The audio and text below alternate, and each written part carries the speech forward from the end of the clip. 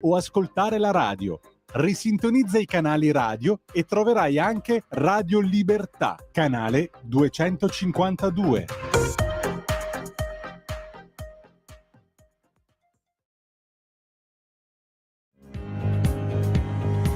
Va ora in onda la rassegna stampa.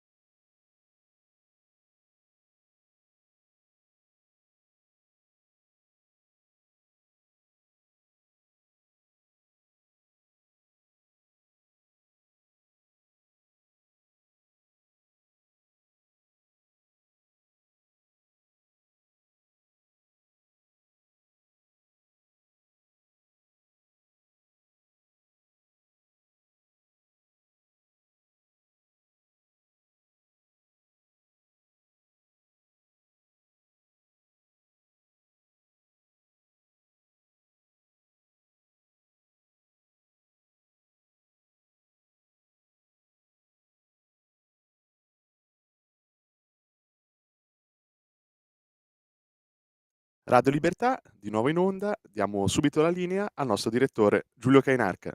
Grazie a Federico Borsari e un cordialissimo saluto a tutte le ascoltatrici e a tutti gli ascoltatori. Siamo al giovedì 13 luglio, sono le 7.34, non perdiamo tempo, radiolibertà.net, pagina Facebook di Radio Libertà. Poi vediamo se riusciamo a mandare alle 9 ciò che mi hanno chiesto in non pochi in questa torrida estate, il nostro feuilleton, o meglio, quello che ha scritto Alessandro Manzoni qualche mesetto fa, per noi, per Radio Libertà, e che va in onda dalle 12 alle 13.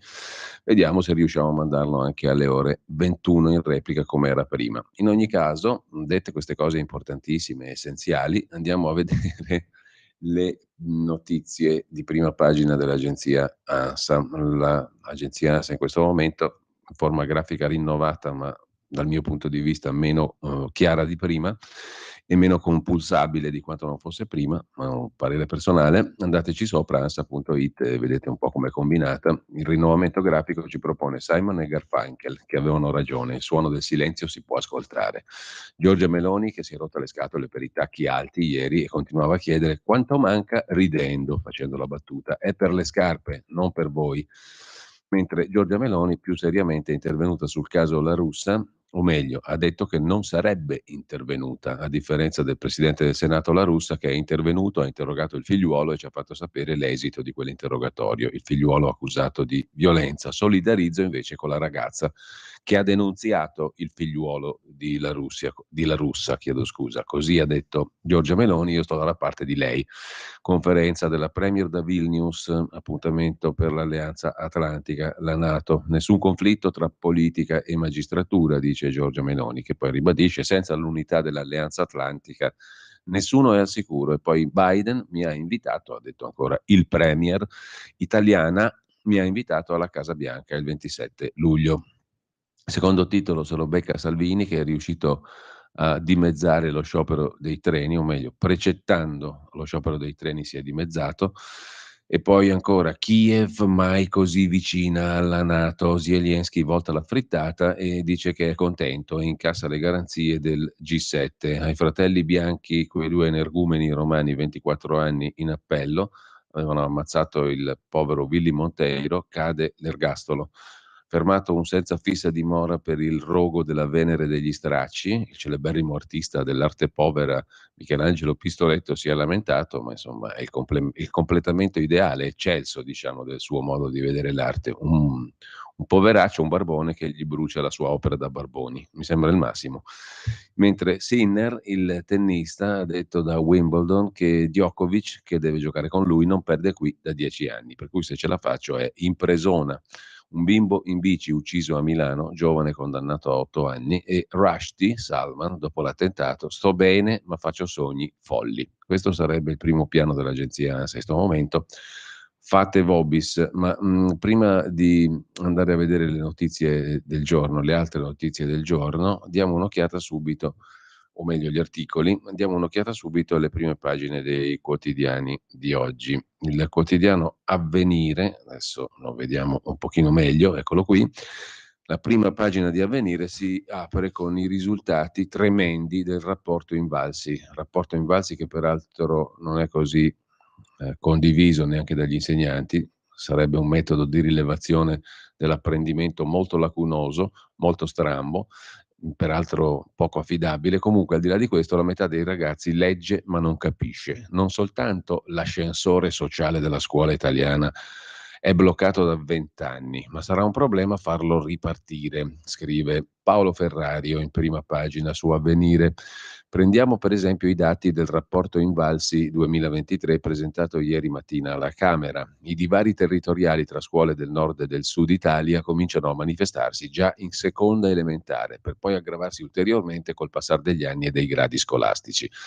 Neanche la scuola primaria, finora considerata fiore all'occhiello del sistema di istruzione nazionale, si salva dal generale tracollo degli apprendimenti, evidenziato dall'analisi dei dati impietosi diffusi dall'istituto. E il dato che colpisce di più è questo: la metà dei ragazzi in prima media, seconda media, insomma le medie, legge ma non capisce. Crolla l'apprendimento già dalla seconda elementare. Mentre il compito più urgente per un'Europa allargata a Kiev, sottolinea Andrea Lavazza, è questo appunto, che l'Europa prima della NATO inglobi in sé, accolga l'Ucraina.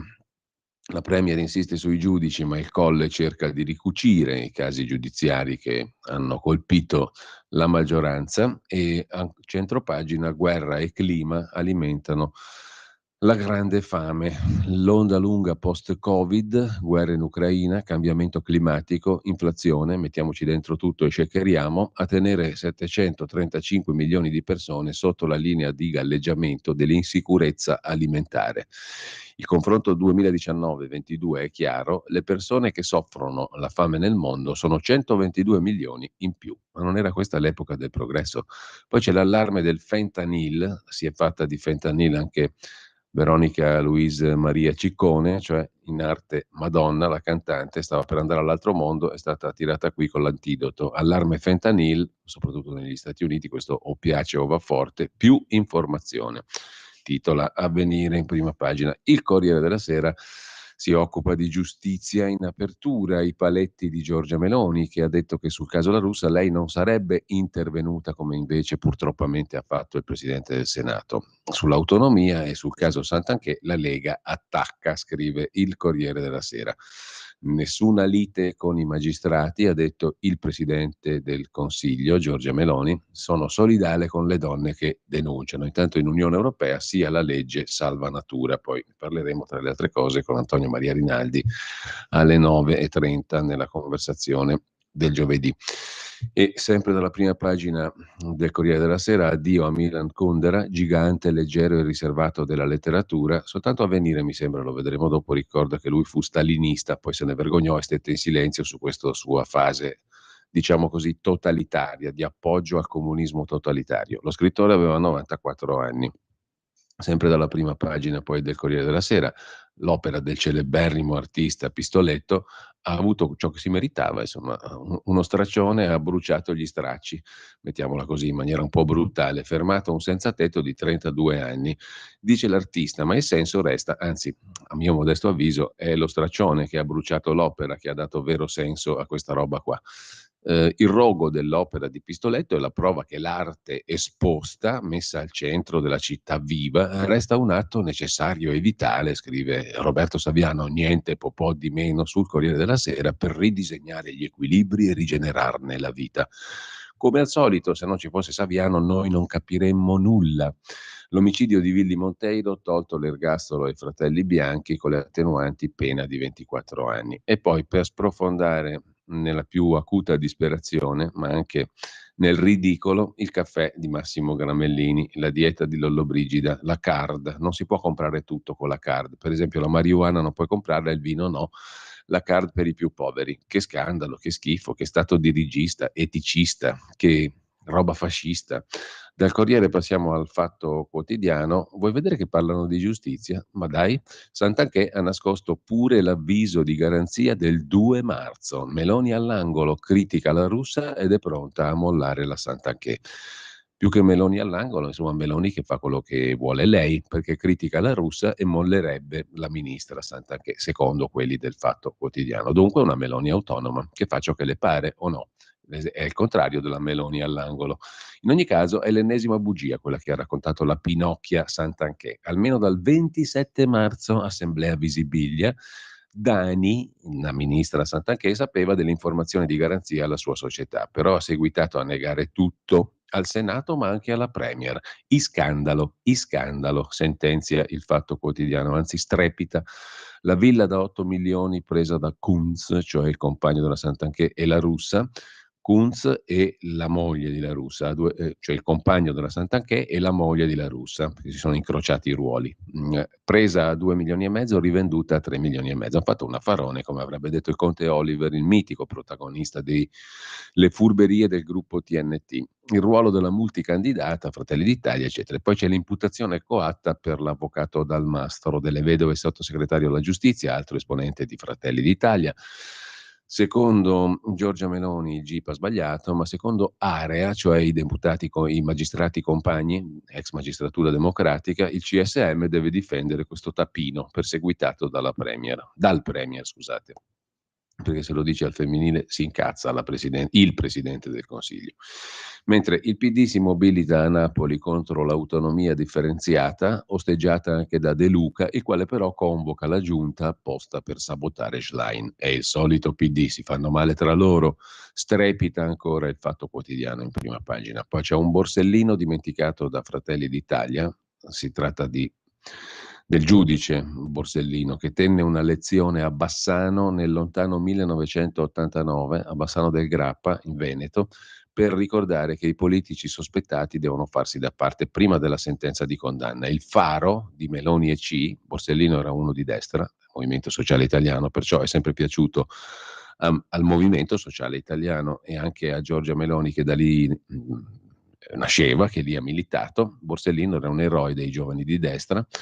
Il Borsellino dimenticato da Fratelli d'Italia lo recupera da par suo il Fatto Quotidiano. Quello che è stato definito il faro di Meloni e compagnia bella, cioè appunto il giudice Borsellino, invitava i partiti a liberarsi anche di chi, non indagato né condannato, compie atti che non lo fanno apparire onesto e avviò con Falcone il concorso esterno in associazione mafiosa, che adesso viene irriso da Nordio come un reato evanescente. Quindi se siete di destra, vi piaceva Borsellino perché era di destra anche lui, però ricordatevi il suo insegnamento, ammonisce il Fatto Quotidiano. Sempre in primo piano poi il B sbagliato, naturalmente B punto, cioè Berlusconi, e il pezzo di Marco Travaglio. Vediamo un po'. Le parole della Premier Meloni contro l'entrata a gamba tesa di La Russa nell'indagine sul figlio, pur tardive, le fanno onore. Quelle su giudici e giornalisti invece sono indecenti. Abbiamo una Meloni bifronte, che da una parte la dice giusta, dall'altra la dice sbagliata, sugli stessi temi, giustizia, informazione e politici. Le parole su Nordio imbarazzanti. Non mettete insieme quello che il governo ha nel programma sulla giustizia e le scelte dei magistrati su casi specifici, ha detto il Premier. Se il GIP respinge la richiesta del PM di archiviare Del Mastro e ordina l'imputazione coatta contro il sottosegretario Del Mastro, e un minuto dopo Nordio annuncia che vieterà ai GIP di respingere le richieste di archiviazione ordinando imputazioni coatte, chi è che mette insieme la riforma mai vista nel programma di governo e le scelte dei magistrati? Peggio ancora le parole su Santanchè. La questione, ha detto Giorgia Meloni, è extrapolitica, non riguarda l'attività di ministro.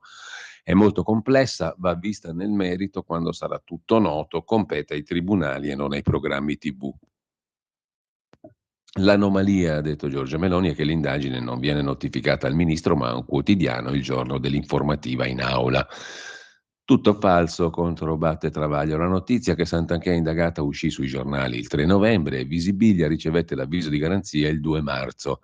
È Santanchè che ha mentito al Senato e alla Premier, che dovrebbe prendersela con lei, non con i media, e in attesa che i giudici accertino gli eventuali reati, la questione è tutta politica.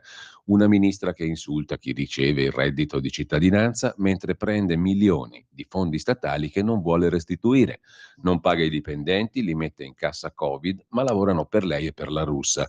Dichiara di non avere conflitti di interessi col Twiga, il suo locale combriatore, poi si scopre che lo usa per tappare i buchi delle società decotte anche dopo averlo girato al fidanzato e pure per finanziare Fratelli d'Italia e giura di ignorare ciò che sa da 8 mesi. Non occorrono rinvii a giudizio o sentenze per sapere che una così non può fare la ministra e il perché lo spiegò Paolo Borsellino, a cui Meloni e Fratelli d'Italia dicono di ispirarsi agli studenti di Bassano del Grappa, 26 gennaio 89. Disse Borsellino testualmente, a 2 punti aperte virgolette, oltre ai giudizi del giudice esistono i giudizi politici, cioè le conseguenze che da certi fatti accertati trae o dovrebbe trarre il mondo politico. Questi giudizi non sono stati tratti perché ci si è nascosti dietro lo schermo della sentenza. Si è detto, questo tizio non è mai stato condannato, quindi è onesto. Ma dimmi un poco, ma tu non conosci gente che è disonesta ma non ci sono mai state le prove per condannarla? Però c'è il grosso sospetto che dovrebbe quantomeno indurre soprattutto i partiti a fare grossa pulizia? Non soltanto a essere onesti, ma a apparire onesti, facendo pulizia di tutti coloro che sono raggiunti comunque da fatti inquietanti anche se non costituiscono reato, diceva Borsellino, che in quel momento però rappresentava il fascio, il ragionamento del fascio tipico, della destra tipica di quegli anni, che era fuori dalle stanze del potere, no? Si potrebbe dire. Ora, commenta Travaglio, sta alla Meloni decidere se la sua destra è quella di Borsellino o quella di Berlusconi. Te capì? Ciappa su e porta a ca. Il Fatto Quotidiano lo lasciamo per andare al Giornale. Meloni fa giustizia, siamo sempre da quelle parti lì. La versione di Giorgia, scrive il giornale. Il premier, bisognerebbe dire il premier, non la, come scrive il giornale, ma comunque, la sua importanza l'ha precisato lui, cioè lei. Il premier difende Del Mastro e Santanchè, poi punge la russa. Non sarei intervenuta. Sulle toghe politicizzate non indietreggia. Oggi il premier incontra la Presidente della Repubblica, cioè Mattarella. Mattarella è femminile perché finisce per A. Polverone su Petrecca, la sinistra che strilla cerca solo un posto, caso Rai News, e poi a centropagina il muro di Salvini. Ha dimezzato lo sciopero, il Ministero ordina la diminuzione delle ore di protesta. Lo sciopero del personale Trenitalia e Italo è confermato, ma Matteo Salvini ha firmato un'ordinanza di precettazione che dimezza gli orari dello stop. La giornata di ieri è iniziata con un tentativo di mediazione del vice premier Salvini, titolare del Dicastero dei Trasporti. C'è il rilancio di Forza Italia, il presidente diventerà forse Tajani, presidente del partito, la promessa della NATO a Zelensky, l'Ucraina mai così vicina, e poi Milan Kundera che dopo essere stato anche stalinista divenne voce di libertà contro l'oppressione del comunismo. Lo scrittore ceco aveva 94 anni, è morto ieri. Gli alunni preparati, il flop annunciato della nostra scuola.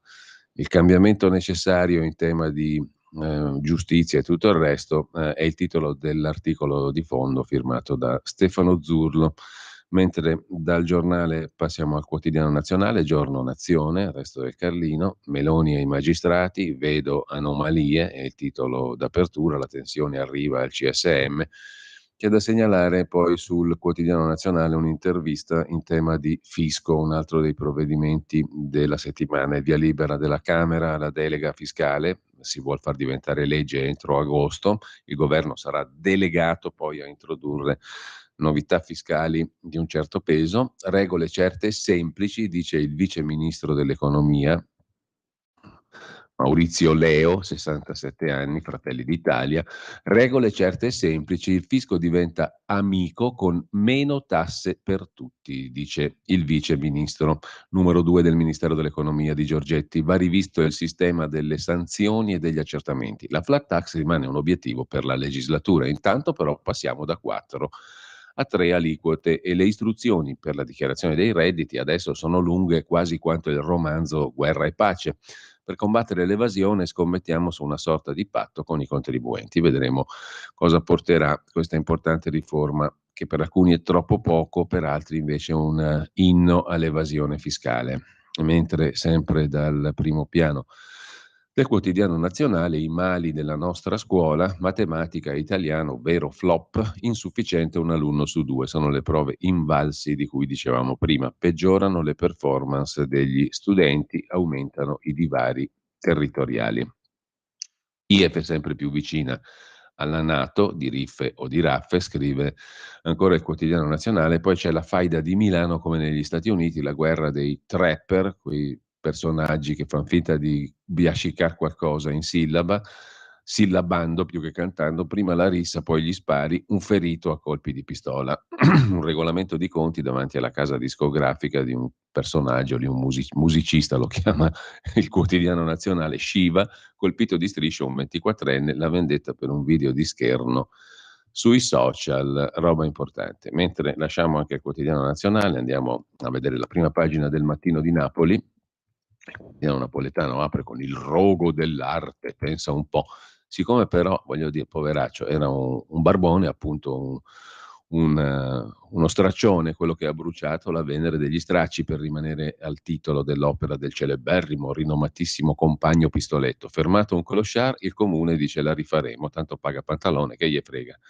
Mentre sempre dalla prima pagina del quotidiano napoletano cresce il divario tra nord e sud anche a scuola, e le parole di Giorgia Meloni, no a conflitti con i pubblici ministeri. Il Tempo di Roma mette in apertura Giorgia Meloni, che spegne le polemiche sulla giustizia, il primo sì dell'Unione Europea al ripristino della natura, basta cemento, in città più alberi e prati, scrive in prima pagina il Tempo. A pagina 4 c'è il servizio di Adriano Bonanni, si spacca il Partito Popolare Europeo sul voto per la legge cosiddetta Natura, prove di nuove alleanze, passa la Nature Restoration Law, la legge Natura, appunto, sul restauro della natura, voluta dalla sinistra. I popolari stanno con il centrodestra, solo 21 deputati si smarcano dal gruppo. Dice Alessandra Mussolini, è un avvertimento, così si velocizza una nuova maggioranza che arriverà dopo le elezioni. Sciopero dei treni dimezzato, Salvini ce l'ha fatta più o meno, insomma, scrive ai sindacati, oggi il blocco sarà di 12 ore, convogli fermi soltanto fino alle 15. Salvini ha precettato, quindi dimezzato lo sciopero dei treni. Con ciò lasciamo anche il Tempo di Roma, andiamo a dare un'occhiata alla prima pagina di Repubblica. Repubblica continua a battere sul clima, in questo caso al Parlamento europeo, destre battute. Con un voto storico l'Assemblea europea approva la legge sull'habitat e respinge l'attacco dei negazionisti contro il Green Deal. Si spacca il PPE, 21 deputati non seguono la linea di Weber, che era contrario a questa legge.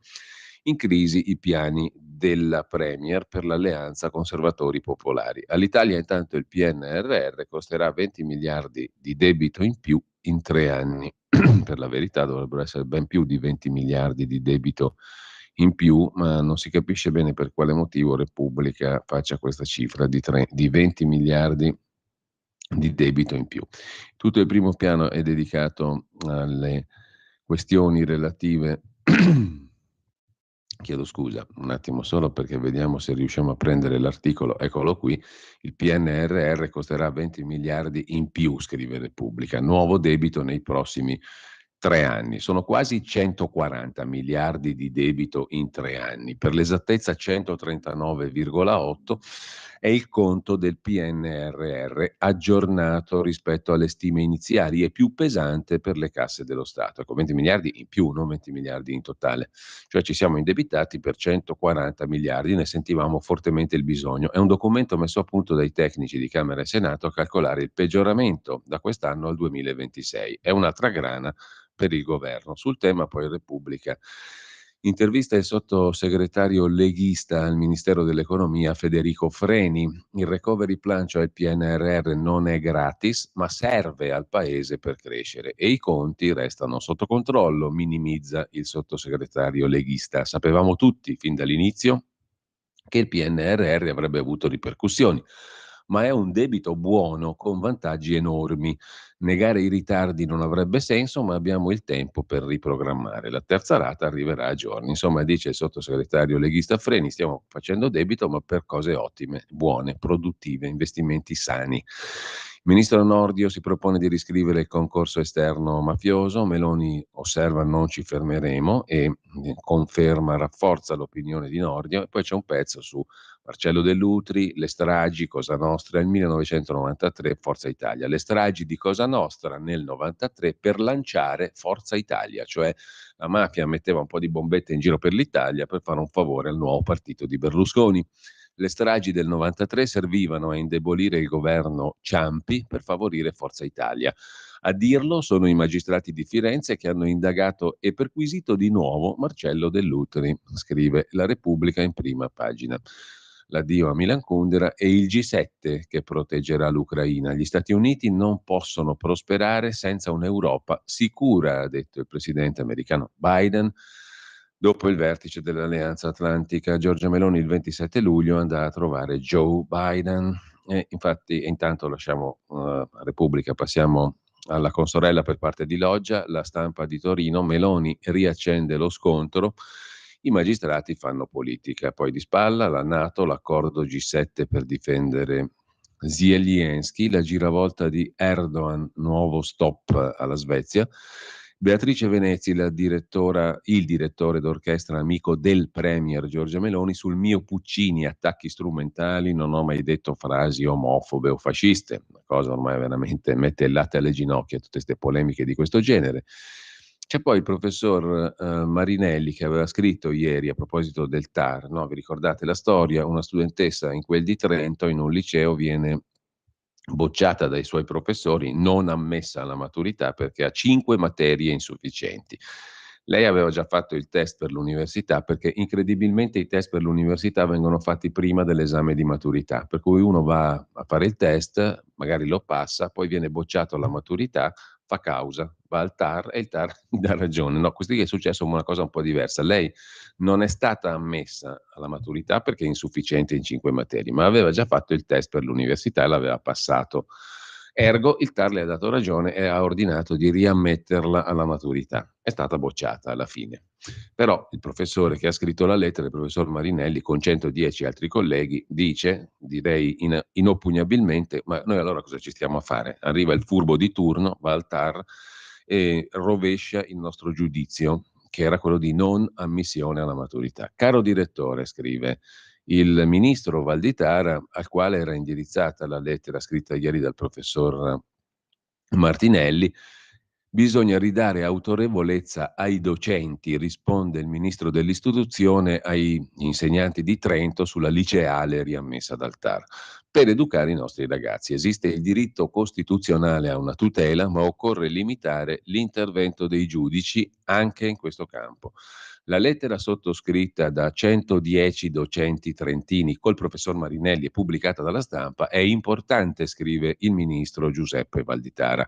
Finalmente una parte della società, con un suo forte non ci sto, pone al centro dell'attenzione quelli che ritengo siano i temi della responsabilità e dell'autorità.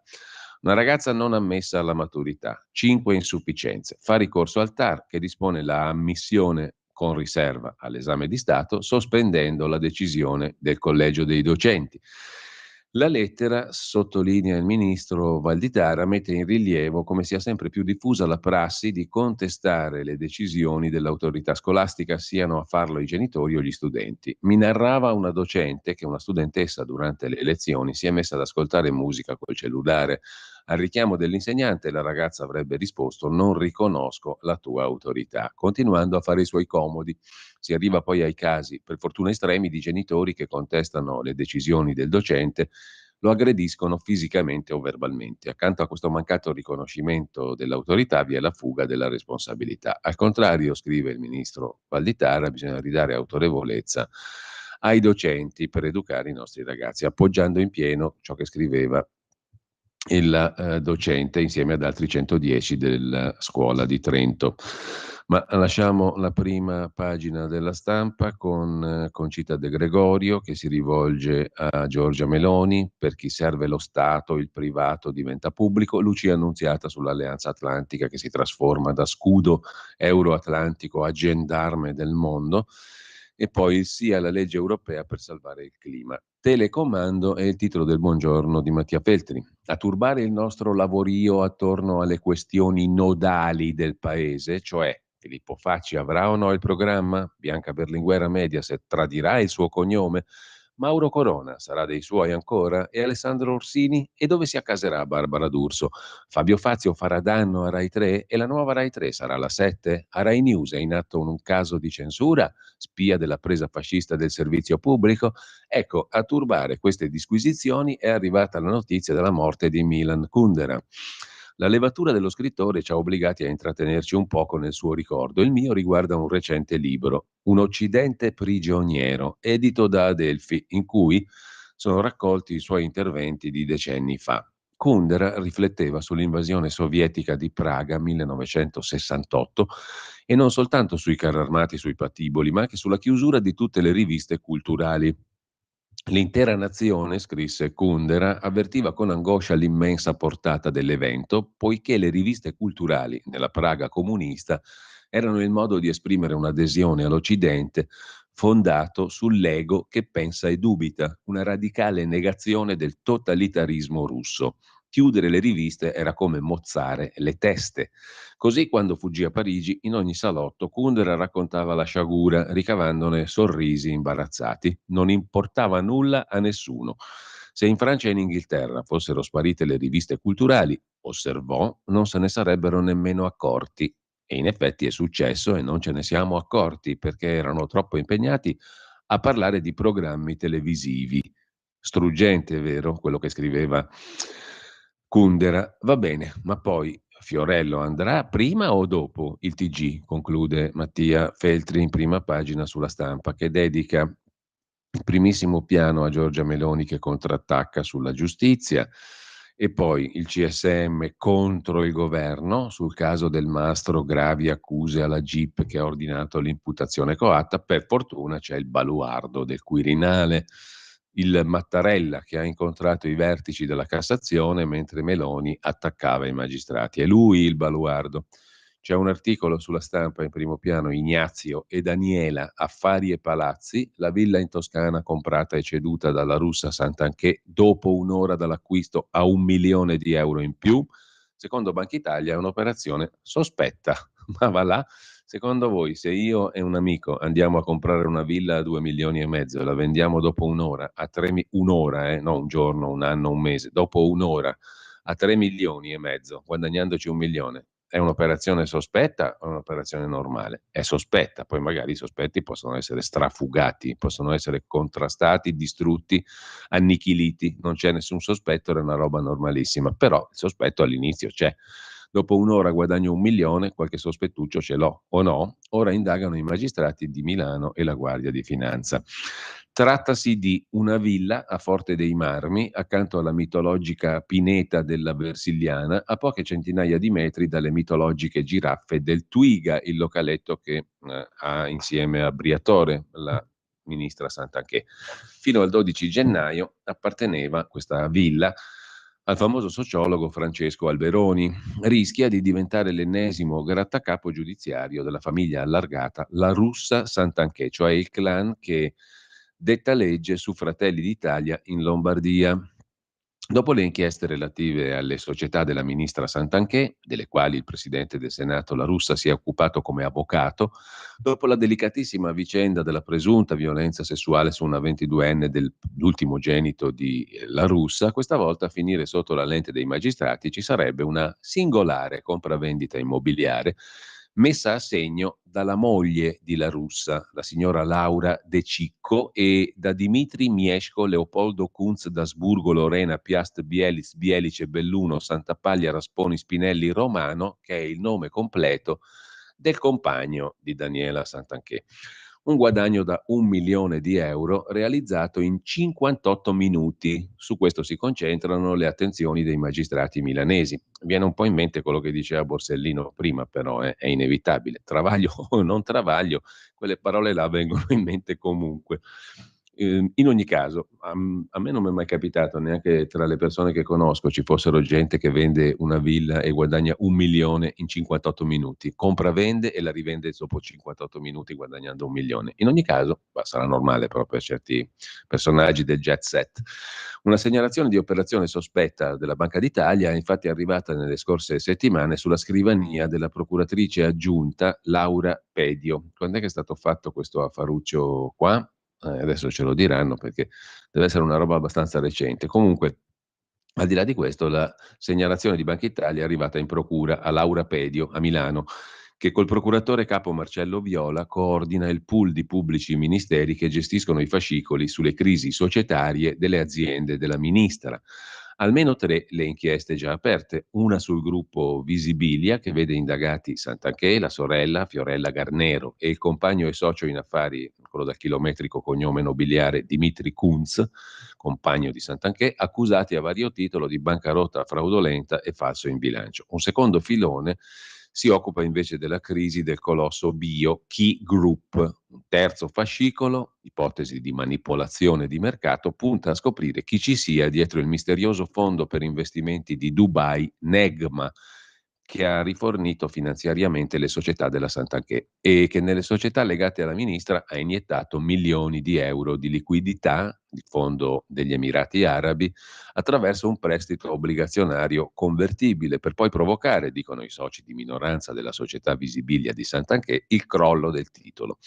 Nel calderone degli accertamenti delegati alla Guardia di Finanza di Milano sono confluiti anche quelli sull'affare della villa in Versilia, la villa di Alberoni, famoso sociologo, primo proprietario della villa. Stabilire il suo reale valore di mercato è uno dei primi passi da fare, anche per valutare eventuali ipotesi di reato dietro questa operazione, vantaggiosissima per la famiglia allargata alla russa Santanchè, perché l'operazione è stata fatta dai rispettivi coniugi o compagni, la moglie di La Russa, il compagno della Santanchè. La vicenda della compravendita ricostruita da Il Domani, il quotidiano dell'editore svizzero Carlo De Benedetti, è questa. Alle 10:18 del 12 gennaio scorso, Dimitri Kunz, il compagno di Santanchè, Laura De Cicco, la moglie di La Russa, Ignazio, vendono l'immobile di Forte dei Marmi, 350 metri quadri, 3 piani, giardino, piscina, all'imprenditore finanziere Antonio Rapisarda, erede dei biscotti Gentilini. Valore dell'operazione conclusa davanti al notaio di Milano 3.450.000 euro. A colpire, al di là della cifra, è il fatto che la villa fosse stata acquistata 58 minuti prima, come testimonia l'atto di un secondo studio professionale firmato da Kunz, De Cicco, i due coniugi Santanchè La Russa, e dall'avvocata Elisabetta Nati, procuratrice speciale di Alberoni, per la cifra di 2.450.000 euro, insomma 1 milione in meno. Una plusvalenza record, cioè i coniugi, compagni, insomma, Kunz, compagno di Santanchè, e De Cicco con la moglie di La Russa hanno comprato alle 3 del pomeriggio per 2.450.000 euro. 58 minuti dopo vendono al finanziere Antonio Rapisarda, erede dei biscotti Gentilini, per 1 milione in più. Un guadagno, una plusvalenza record che al netto delle tasse vale 754.000 euro, finiti nelle casse di famiglia proprio in un momento in cui la ministra aveva bisogno di molta liquidità per salvare le aziende. I documenti svelano anche altri dettagli. Il primo è che il preliminare di vendita fra il sociologo Alberoni e i due compagni della Santanchè e di La Russa, Kunz De Cicco, era stato firmato il 12 luglio del 22. Il secondo è che il 7 ottobre del 22, nei giorni in cui la procura chiedeva il fallimento delle aziende della Santanchè, viene firmato un altro compromesso, questa volta fra la moglie di La Russa, il compagno della Santanchè, e la Spring Star, società di Antonio Rapisarda Biscotti Gentilini, per una successiva vendita a 3.550.000 euro. Kunz è un amico, ha detto il Rapisarda ai giornalisti Tiziana e Malagutti. Me l'ha venduta perché io ho insistito. Sapevo che l'aveva pagata 1 milione in meno, 58 minuti prima, ma al Forte dei Marmi il mercato è quella roba lì. L'ha trattata prima con prezzi più bassi, è stato bravo. 58 minuti prima. Nella sede legale di SpringStar, un bel palazzo affrescato dietro il Museo della Scienza e della Tecnica, di Antonio Rapisarda non c'è traccia. Il suo commercialista dice che sulla questione non ha niente da dire, tantomeno vuole aggiungere qualcosa sull'amicizia tra i suoi figli e quelli di La Russa, testimoniata da foto sui social.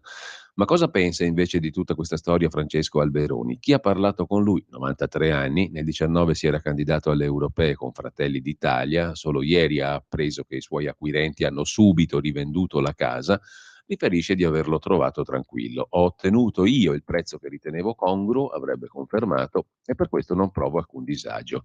Certo, lui no, che gli frega, lui ha venduto al prezzo che doveva vendere. Sono gli altri che hanno guadagnato 1 milione in un'ora. Nella cerchia del professore tutti sapevano che questa casa era diventata un peso dopo la morte della moglie. Da Porte dei Marmi arrivano altri particolari. La casa era in vendita da almeno un anno. Prima di quella di Kunz De Cicco erano arrivate altre offerte più basse e l'affare è stato gestito senza intermediari. Anche sulla mancata partecipazione di Alberoni all'atto notarile non ci sarebbe alcun problema. Ha presenziato al preliminare di luglio dopo aver visitato un'ultima volta la casa per portar via i libri. Poi ha delegato la sua avvocata. Così la mette La Stampa. Poi c'è la questione internazionale del G7, l'ambiente, una sconfitta sovranista, fallisce la spallata anti-ecologista, scrive La Stampa, ma l'agenda green europea è a rischio. E poi anche sulla Stampa abbiamo la storia dei 163 miliardi, la corsa dei tassi di interesse, i ritardi sul PNRR rendono più costoso e complicato per il Tesoro emettere titoli per coprire il fabbisogno pubblico. Il primo via libera alla delega fiscale, lo abbiamo già visto, e poi ancora sulla Stampa 2 pagine dedicate alla nuova carta alimentare da 382 euro, di cui beneficeranno 1.300.000 famiglie composte da almeno 3 persone con reddito ISEE non superiore a 15.000 euro. La nuova carta dedicata a te. Opposizioni e associazioni bocciano la carta da 382 euro, cifra irrisoria. Il meccanismo premia redditi da 30.000 euro ed è il governo a decidere quali cibi si possono comprare. Il moralismo di chi ti dice cosa mangiare, è il commento di Marianna Filandri su La Stampa a proposito di questa card. Mentre lasciamo anche La Stampa di Torino, andiamo a vedere a questo punto La Verità di Maurizio Belpietro. Apertura della Verità di oggi, il titolo principale è dedicato a un'intervista, o meglio a ciò che ha raccolto Fabio Amendolara, ovvero le parole del padre della ragazza che ha messo nei guai l'ultimogenito di La Russa. Un'intervista esclusiva. La droga me l'ha rovinata. L'uomo, 60 anni, si sfoga per la prima volta. Ho divorziato dalla madre 15 anni fa. Non ha avuto l'educazione che avrei voluto per lei. Provo rabbia per la cocaina e al pensiero che non sapesse cosa ha fatto quella notte. La Meloni intanto attacca l'ANM, difende Dalmastro e critica Ignazio. Avrei taciuto. È molto più giovanile dei suoi 60 anni, scrive Fabio Amendolara. Capelli fluenti, fisico sportivo, compagna molto più giovane, ama i motori, ha trasformato in un lavoro questa passione. Lo chiameremo Alessio, è il papà della ragazza che accusa Leonardo Apache, la russa, di averla violentata. Da anni non vive più con le sue prime figlie e si è lasciato alle spalle, scrive La Verità stamani, anche un'altra relazione con Prole. Ha lasciato Milano e è tornato a vivere al mare. Sulla storia della figlia ha le idee chiare. Per la prima volta questo signore, il papà della presunta vittima di La Russa Junior, dell'ultimo genito di La Russa, per la prima volta ha deciso di parlare. Posso dire che voglio tanto bene alla mia bambina, sono dispiaciuto per quanto le è accaduto, non sono un bacchettone, mia figlia non è una verginella e se fa sesso con qualcuno fa parte della vita. Il problema non è quello, il problema è se una ragazza lo fa e non sa di averlo fatto perché ha preso una sostanza di quelle che vengono definite droghe del sesso. Credo che bisognerà cercare di capire quello. Il resto sono chiacchiere, commenti su Facebook e sui social. Qualcuno è arrivato perfino ad accusare la famiglia. Un attimo, dice il papà della presunta vittima del giovane La Russa. 9 su 10 sono cose senza senso. La magistratura dovrà esprimersi e sarà molto difficile provare l'assunzione di quel tipo di droga. Lei ha dichiarato, e questo è un passaggio pubblico, che ha assunto cocaina prima. Come genitore mi arrabbio, ma purtroppo la ragazza non dipende più da me. Non solo è maggiorenne, ma vive con la mia ex moglie, dalla quale mi sono divorziato 15 anni fa. Non comunichiamo da allora. Sono accaduti fatti molto incresciosi e tristi in questi 15 anni. Io e la mia ex moglie non ci siamo più parlati. Con la ragazza che ha denunciato La Russa ha mantenuto un rapporto, cioè con la figlia. Consideri, risponde il papà della presunta vittima, che le figlie che ho avuto dalla prima moglie hanno vissuto con me, non hanno parlato con la loro mamma per anni. Le ho cresciute, sono un padre estremamente presente, quantomeno lo sono stato. Quando mi sono risposato sono diventate gelose e si sono un po' allontanate da me. Adesso ho una bambina che difendo con tutte le forze, mentre le mie prime figlie sono figlie di divorziati e non hanno avuto l'educazione che reputo necessaria. Quindi la mia piccola, che in questo momento è sulla ribalta, ha vissuto una situazione difficile. Questa vicenda è terribile, ma non per la notte di sesso. Per che cosa? Per il fatto di non sapere cosa abbia fatto in quelle ore di buco. Mi scusi, mi permetta una domanda. Lei quanti anni ha? 43, risponde Fabio Amendolara. Io ne ho 60, ma a 43 mi ritenevo adulto, quindi credo che anche lei possa capire che se una figlia che ha avuto una vita non delle migliori per ovvie ragioni. Alessio interrompe la frase, divaga, inizia a fare un ragionamento generazionale. Oggi, dice il papà della presunta vittima, i ragazzini non fanno delle gran vite, diciamocelo, e nel locale in cui si trovavano erano tutti drogati. È inutile che quello là, cioè il figlio di, anzi il presidente del Senato, La Russa, stesso, dica mio figlio invece no. Questa non è una colpa, è un fatto. Dacia Maraini ha scritto un articolo interessante sul caso in cui lei alla fine ringrazia la mia ragazza per aver portato alla ribalta un certo argomento, cioè le ragazze costrette a dimostrare di non essere consenzienti, per il coraggio di aver detto cosa è successo. Lei conoscerà Milano, la realtà di Milano nella quale io ho vissuto per 40 anni è estremamente selettiva, dice il papà della presunta vittima dell'ultimo genito di La Russa. Adesso mia figlia verrà esclusa da certi giri perché ha fatto la denuncia. Pazienza, anche perché secondo me se esce da questa realtà è anche un bene. Credo di averle dato tutte le informazioni che potevo darle e le chiedo di non farmi altre domande. Solo un quesito, chiede Amendolara. Visto che ha parlato lei dei social, là sopra c'è chi adombra che siate pronti a chiudere la faccenda in cambio di soldi, risarcimento. E le dico che non so neanche se sia possibile, dice il papà della presunta vittima. Ho fatto qualche anno a giurisprudenza e se non mi ricordo, e anche se non mi sono laureato, qualcosa ricordo. Per questo credo che il procedimento prosegua d'ufficio. Ritengo che non sia possibile chiuderla lì e che non si ponga la questione di accettare o meno l'eventuale offerta di una famiglia che ha disponibilità e che sarebbe contenta di chiudere la partita al volo e non parlarne più. Penso che non sia possibile e comunque nessuno si è fatto vivo. Mi perdoni, ma come mi avete trovato? Non è stato difficilissimo, risponde Amendolara. Vabbè, comunque, se non avessi voluto parlare con lei, le avrei buttato subito giù il telefono. E queste, commenta e conclude Fabio Amendolara, sono le parole sincere di un padre colpito anche da sensi di colpa e che spera che la procura aiuti la figlia a trovare risposte alle sue domande. Ieri le indagini sono andate avanti, convocazione di ulteriori testimoni, attività investigative legate all'identificazione del DJ amico di Leonardo Apache La Russa, che nella ricostruzione fornita dalla presunta vittima avrebbe preso parte agli abusi. Così sul giornale il papà della presunta vittima, no, sulla Verità, chiedo scusa, non sul giornale. Di spalla invece c'è il pezzo di François de Tonquédec, spiò gli atti di Palamara, condannata la PM del caso di Meredith Kercher, Raffaele Sollecito e Amanda Knox.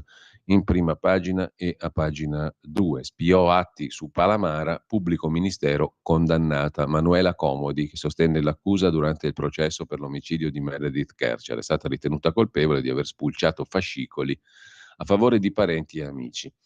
Nel frattempo i nuovi talebani vogliono proibire queste foto, scrive Francesco Borgonovo, la foto è quella di una ballerina di danza classica in prima pagina, atlete a gambe aperte, niente foto, il femminismo ormai è talebano, scrive Borgonovo. Il direttore Belpietro si occupa del piano del PD sui salari minimi, il concetto è abbassarli a tutti i salari, questo è il piano del PD nella sostanza, scrive il direttore della Verità. Anche i progressisti sono contro il salario minimo. Su Repubblica, Boeri e Perotti, economisti, spiegano che la proposta PD per fissare a 9 euro il salario minimo porterebbe a un abbassamento degli stipendi. Non solo, fra i rischi anche il licenziamento dei lavoratori vulnerabili, colf e badanti, e l'aumento del sommerso. Ellis Line punta su questa misura per fare asse coi 5 Stelle. In passato dall'EMA e CGIL frenarono per proteggere il peso dei sindacati, scrive La Verità. E poi lo sciopero dei treni, Salvini forza la mano e riduce lo stop. È guerra con i sindacati, l'estensione durerà meno ore, da oggi fino alle 15 di venerdì, ma aerei fermi sabato. Secondo la CGIL la precettazione decisa da Salvini è illegittima. Le morti in più per il clima sono un dogma, per il vaccino restano un tabù, una scienza poco gaia, scrive Alessandro Rico. Cioè, se tu dici che si muore da vaccino, nine. Se tu dici che si muore per il clima, giusto, perfetto. Effetto lockdown, disastro didattico, e osano dare la colpa al long covid, l'ennesima conferma dai test dell'Invalsi. E poi Milan Kundera, un genio diventato feticcio di chi non l'aveva mai letto, così sulla Verità di stamani. Verità che poi si occupa delle sfide del governo, la riforma della giustizia, la magistratura democratica che chiede al CSM di difendere il GIP che ha ordinato l'imputazione coatta per il sottosegretario del Mastro delle Vedove. E a questo punto andiamo a vedere la prima pagina di Libero. Prima pagina di Libero che si apre con Santanchè e la Russa, parla la Meloni. Il Premier ha detto, giustamente Libero lo mette al maschile, con l'articolo al maschile come voleva lei, cioè lui, cioè essi, il Premier, non voglio scontri con le toghe, ma noto anomalie nelle indagini, dice il Premier Giorgia Meloni. Ignazio lo capisco, ma io non sarei intervenuta. Il commento di Alessandro Sallusti invece ci riporta a quanto detto da Mario Draghi l'altro giorno negli Stati Uniti, a Cambridge nel Massachusetts. Parla raramente, ma quando capita le sue parole vengono passate al setaccio. Così è successo ieri, quando è arrivato in Italia il discorso di Mario Draghi per la conferenza del National Bureau of Economics di Cambridge in Massachusetts. Tema: il futuro dell'Unione Europea. Svolgimento. Dobbiamo cogliere l'occasione per ridefinire l'Unione Europea, la sua struttura fiscale, il suo processo decisionale e renderli più adeguati alle sfide che abbiamo davanti. Abbiamo bisogno di regolamentazioni che permettano di reagire agli shock locali e nazionali. Il discorso di Draghi ovviamente è stato più lungo, articolato, ma il cuore del suo pensiero è che va cambiata rapidamente l'architettura del governo europeo, pena la paralisi.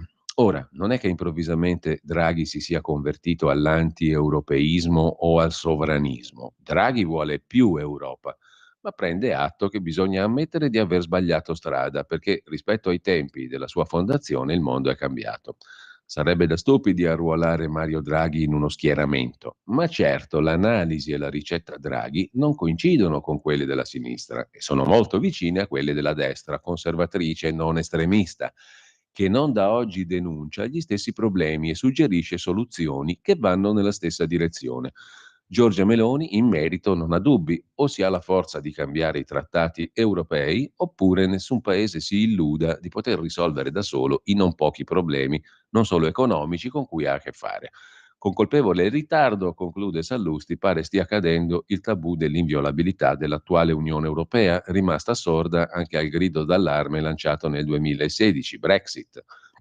Ancora ieri l'Unione Europea si è intestardita a varare una folle politica ambientalista che penalizza gli agricoltori e la filiera alimentare. C'è da augurarsi che siano gli ultimi colpi di coda di un mostro che dal prossimo anno, con le elezioni europee, potrebbe cambiare pelle. Insomma, Mario Draghi e Giorgia Meloni sono d'accordo su cosa fare dell'Europa. Uno Stato più forte, il super Stato europeo. Vittorio Feltri invece si occupa del maschio, che è la vera vittima del sessismo ed è colpevole per definizione. Pietro Senaldi sul PD che va via dall'aula, ma il gettone lo incassa, la protesta anti-Delmastro e cose importantissime.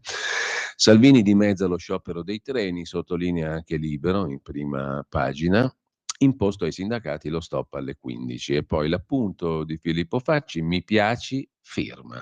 L'elefante marino del Pacifico, mi hanno detto di scrivere d'altro, spesso sfonda il cranio alla femmina durante il rapporto sessuale. Non è chiaro perché. Non si sono azzardate spiegazioni evoluzionistiche come se fatto per la mantide religiosa che pure divora il maschio durante l'atto. La biologia genetica non sempre aiuta a capire il perché degli stupri animali, scrive Filippo Facci. Il primato è delle oche e delle anatre, con dettagli anche scabrosi. Se il maschio della coppia vede che lei sta per soccombere, spesso si accoda agli altri, tanto che il 50% delle loro copule sono degli stupri. Ma a suscitare qualche polemica scientifica seria nel 2006 fu lo studio di un mostro sacro dell'antropologia biologica, Richard Wrangham. A proposito degli stupri dei maschi di scimpanzé bonobo, si chiese, è il primate più vicino all'uomo, il bonobo, si chiese se in quella violenza non potesse esserci qualcosa di innato giunto fino a noi. Si parlò di biologismo, riduzionismo, sessismo, ma in termini più scientifici e complessi. Ma è niente in confronto al nostro kafkiano articolo 609 bis del codice, presumo penale, quello che punisce la violenza sessuale per induzione e che consiste nell'approfittarsi di una presunta inferiorità psicofisica per ottenerne un consenso fittizio. Una legge che rischia di mandare in bianco una generazione, a meno che prima della copula si firmi una lettera di reciproco consenso. Negli Stati Uniti accade già. Così Filippo Facci oggi in prima pagina. Mi piaci, firma qua, firma il modulo in prima pagina su Libero, essenziale, fondamentale, importantissimo.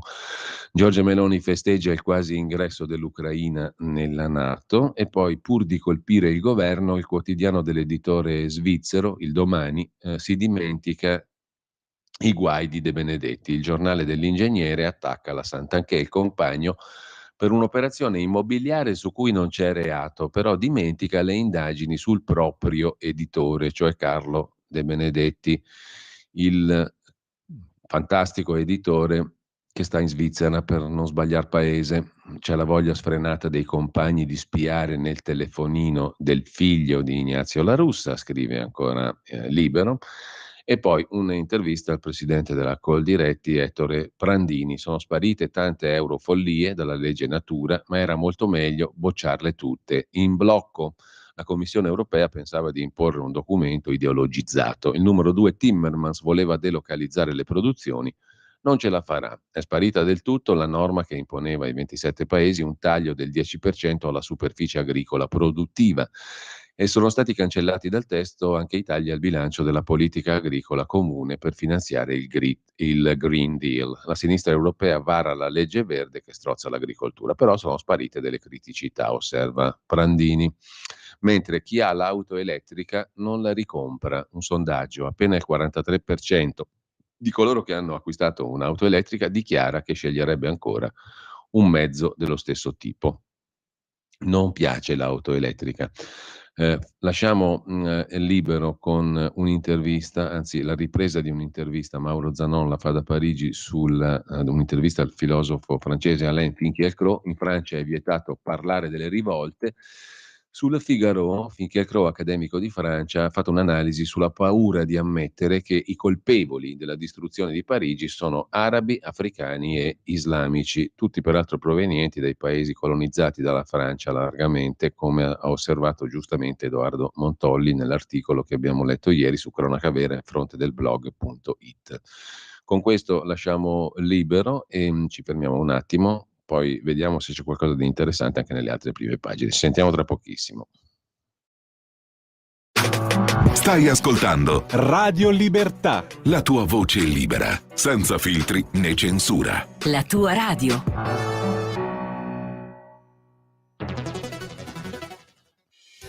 Quotidiano di Sicilia, il quotidiano d'Italia, l'informazione che ribalta i luoghi comuni, una vera visione dei fatti, l'Italia vista da sud. Ogni siciliano che vive in Italia e nel mondo è una risorsa, è protagonista della crescita della nostra nazione. Dai forza alla crescita della nostra isola, abbonandoti al QDS digitale più archivio a soli 99 euro annui. Quotidiano di Sicilia, il quotidiano d'Italia, una scelta di valore.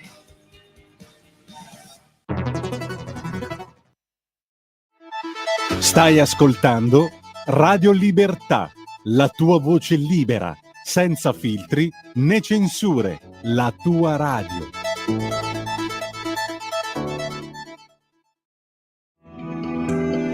Il meteo.it presenta le previsioni del giorno. L'anticiclone africano Cerbero comanda ancora il tempo al centro-sud, mentre perde leggermente potenza al nord. Clima ancora molto caldo ovunque. Nella prima parte della giornata leggeri disturbi sull'arco alpino, specie centro-orientale, dove non sono da escludere dei rovesci. Per il resto nubi sparse al nord, nonché su Toscana ed Umbria, cieli sereni altrove. Nel pomeriggio aumenterà via via l'attività temporalesca lungo l'arco alpino, ma localmente anche fino in pianura. Per ora è tutto da ilmeteo.it, dove il fa la differenza. Tutti i dettagli sulle vostre località nella nostra app. Una buona giornata da Alessandra Tropiano. Avete ascoltato le previsioni del giorno.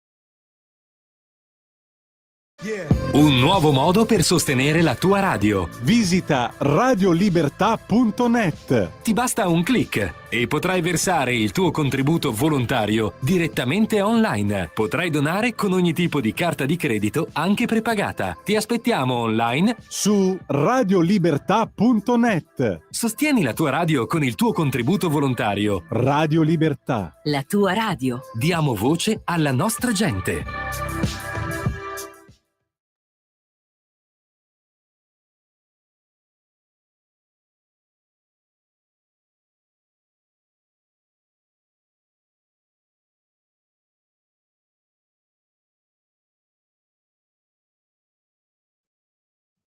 Ci siamo ascoltati Carlo Bergonzi, nasceva oggi 13 luglio 1924 a Polesine, Parmense, Emilia-Romagna, considerato uno dei più autorevoli interpreti del repertorio verdiano. Qui ha cantato appunto La Traviata di Verdi, primo atto. La linea torna a Giulio Cainarca. Grazie a Federico Borsari e torniamo alle prime pagine, appunto il quotidiano di Sicilia, avete sentito prima il flash pubblicitario, Corte dei Conti all'apertura, la RAI, i controlli interni, gli immobili, i contratti, sono le bestie nere del servizio pubblico, la reazione della Corte dei Conti e la magistratura contabile sull'esercizio 2021 della RAI. Le sedi regionali sono costate 10 milioni di euro in più. Bisogna saper scrivere per farsi leggere è il titolo invece dell'editoriale firmato dal direttore e fondatore Carlo Alberto Tregua. Ogni anno vengono stampate e pubblicate decine di migliaia di libri che poi vanno distribuiti nelle grandi catene o librerie. Queste ultime sono collegate coi grossisti, per cui quando l'utente cerca un libro non presente viene consegnato poco dopo. La filiera della distribuzione funziona, l'interesse di consumatori e consumatrici è cresciuto, nel 2022 si sono venduti più libri che nel 2021. Non sappiamo se tutti i libri vengono letti, sospettiamo che molti di essi vadano a finire sui mobili. Per leggere bisogna volerlo, se da un canto può produrre godimento, d'altro canto comporta una certa fatica, ma soprattutto bisogna saper scrivere per farsi leggere, che sembra un'ovvietà, ma insomma non è così ovvia. Sul tema giustizia abbiamo già detto tanto, anche il quotidiano di Sicilia se ne occupa, e poi dal quotidiano di Sicilia vi segnalo a pagina 4 la questione dei servizi turistici, la pagina fiscale, il regime speciale IVA che riguarda la vendita di pacchetti da parte di tour operator, ma anche trasporto e fornitura alloggi, l'imposta al 22% e tutto il resto. La questione di oggi in tema di fisco è i servizi turistici e il trattamento fiscale del settore.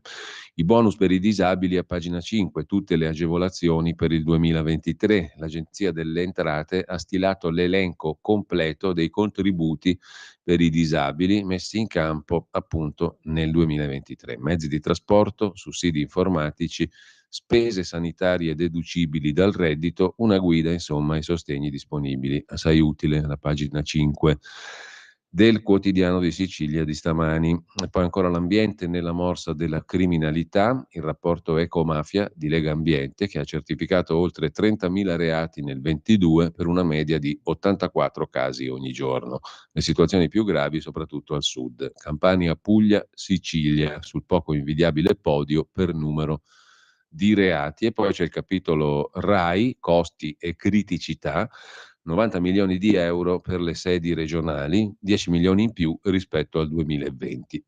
Relazione sull'esercizio 2021, un rosso da 30 milioni, su controlli, contratti e immobili, compiuti sforzi ma non risolutivi, scrive il quotidiano di Sicilia citando la Corte dei Conti. Veniamo a Italia Oggi, come sempre poi ascolteremo in audio video il direttore Pierluigi Magnaschi con la sua rubrica Diritto e Rovescio che in audio video è diversa da quella che compare sulla prima pagina di Italia Oggi, che vediamo è Petrarca, il famoso poeta, a ingolfare il TAR del Lazio. Cosa c'entra Petrarca col Tribunale amministrativo regionale del Lazio che impropriamente fa da capofila di tutti i TAR d'Italia?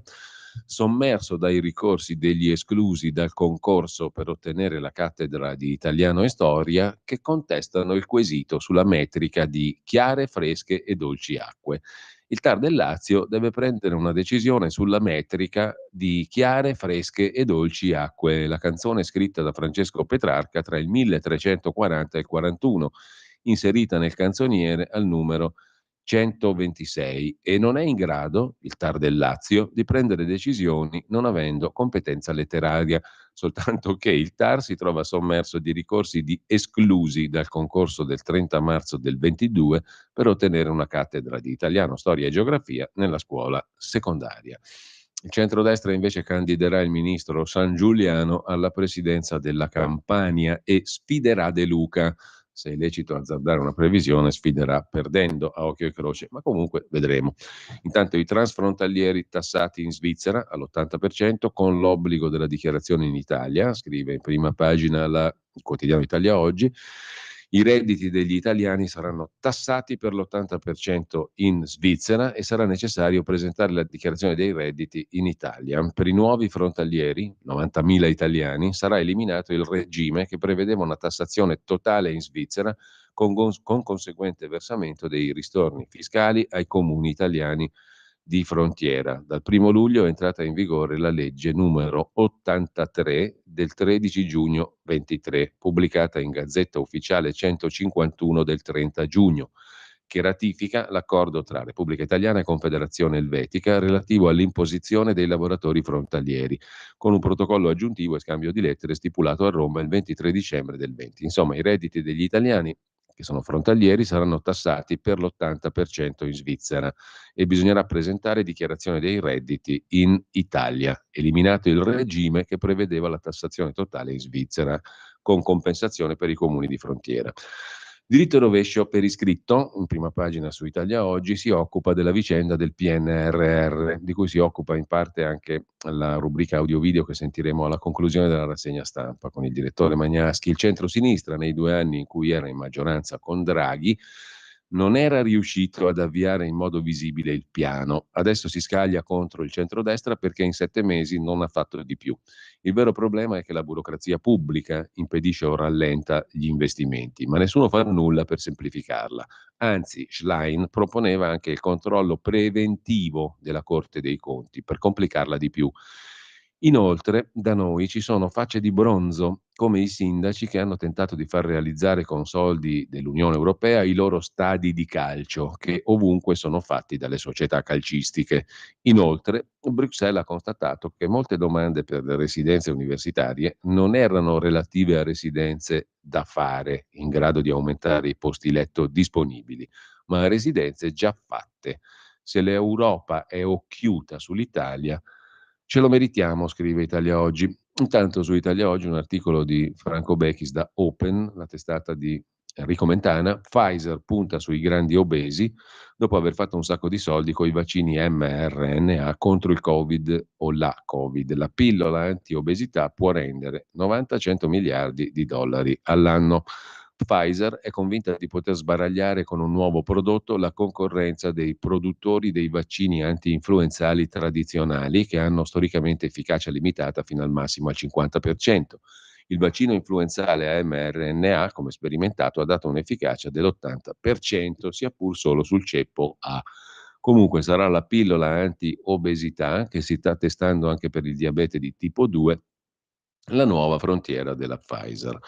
Per quanto riguarda Milan Kundera, romanziere degli sconfitti, scrive Gianni Pardo su Italia Oggi, è stato soltanto l'autore d'elezione dei disadattati. Nessuno può negare che lo scrittore sia stato, senza volerlo, un cattivo maestro. Il messaggio di Kundera è devastante.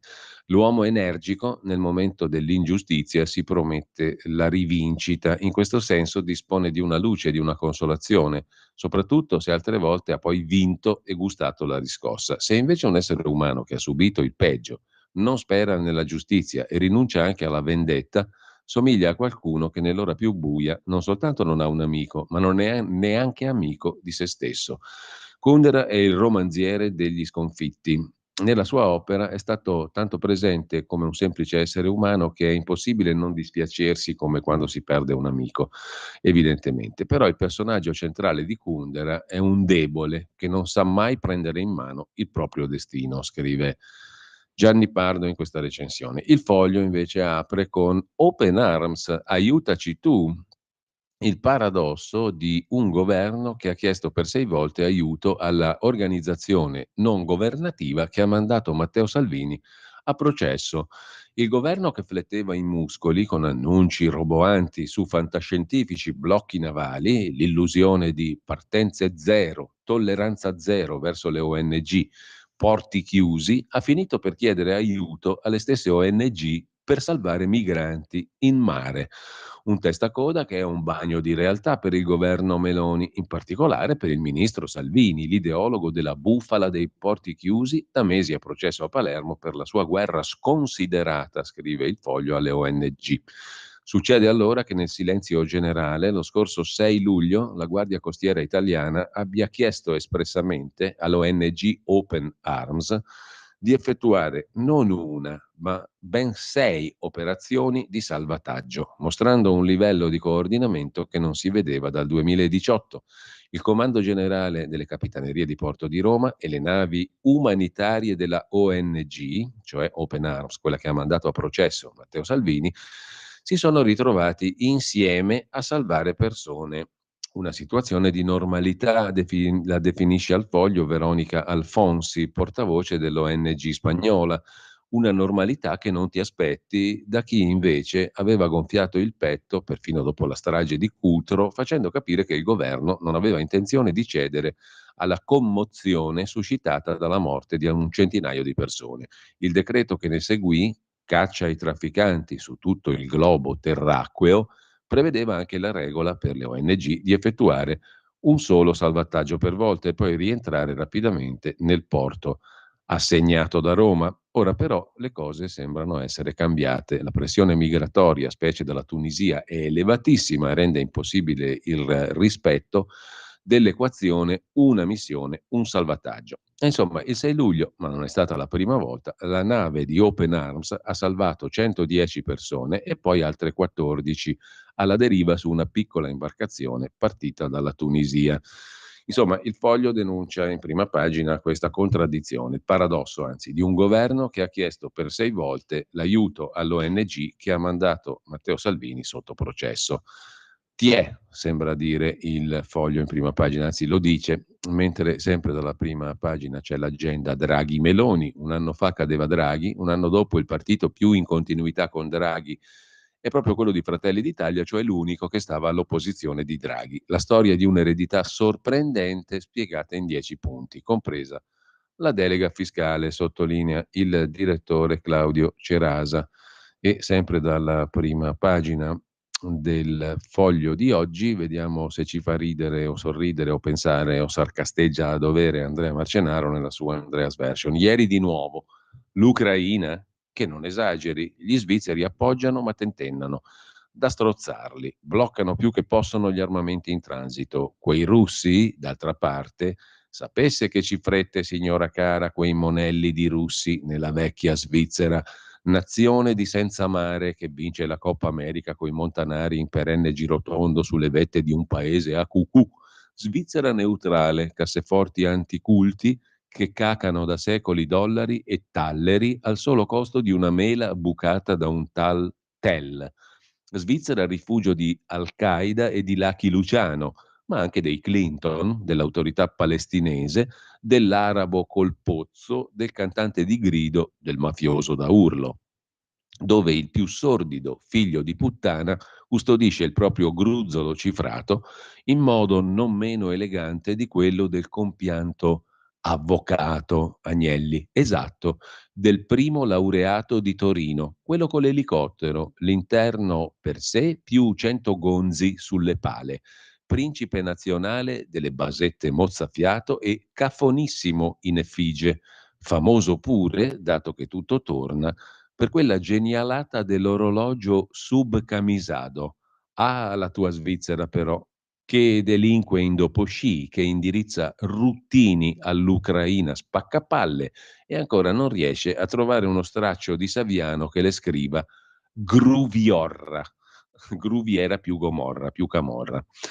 Così Andrea Marcenaro in prima pagina sul Foglio di oggi. Con ciò lasciamo le prime pagine che più o meno abbiamo visto tutte e andiamo a vedere adesso alcuni dei servizi e gli articoli principali di oggi. Intanto su Dagospia viene ripresa la questione di cui peraltro abbiamo già parlato, l'incredibile colpo della moglie di Ignazio La Russa e del compagno di Daniela Santanchè, Dimitri Kunz. A gennaio del 23, pochi mesi fa, sono riusciti a comprare una residenza di lusso, quella del sociologo Alberoni, a Forte dei Marmi, e a rivenderla 58 minuti dopo, guadagnando 1 milione di euro.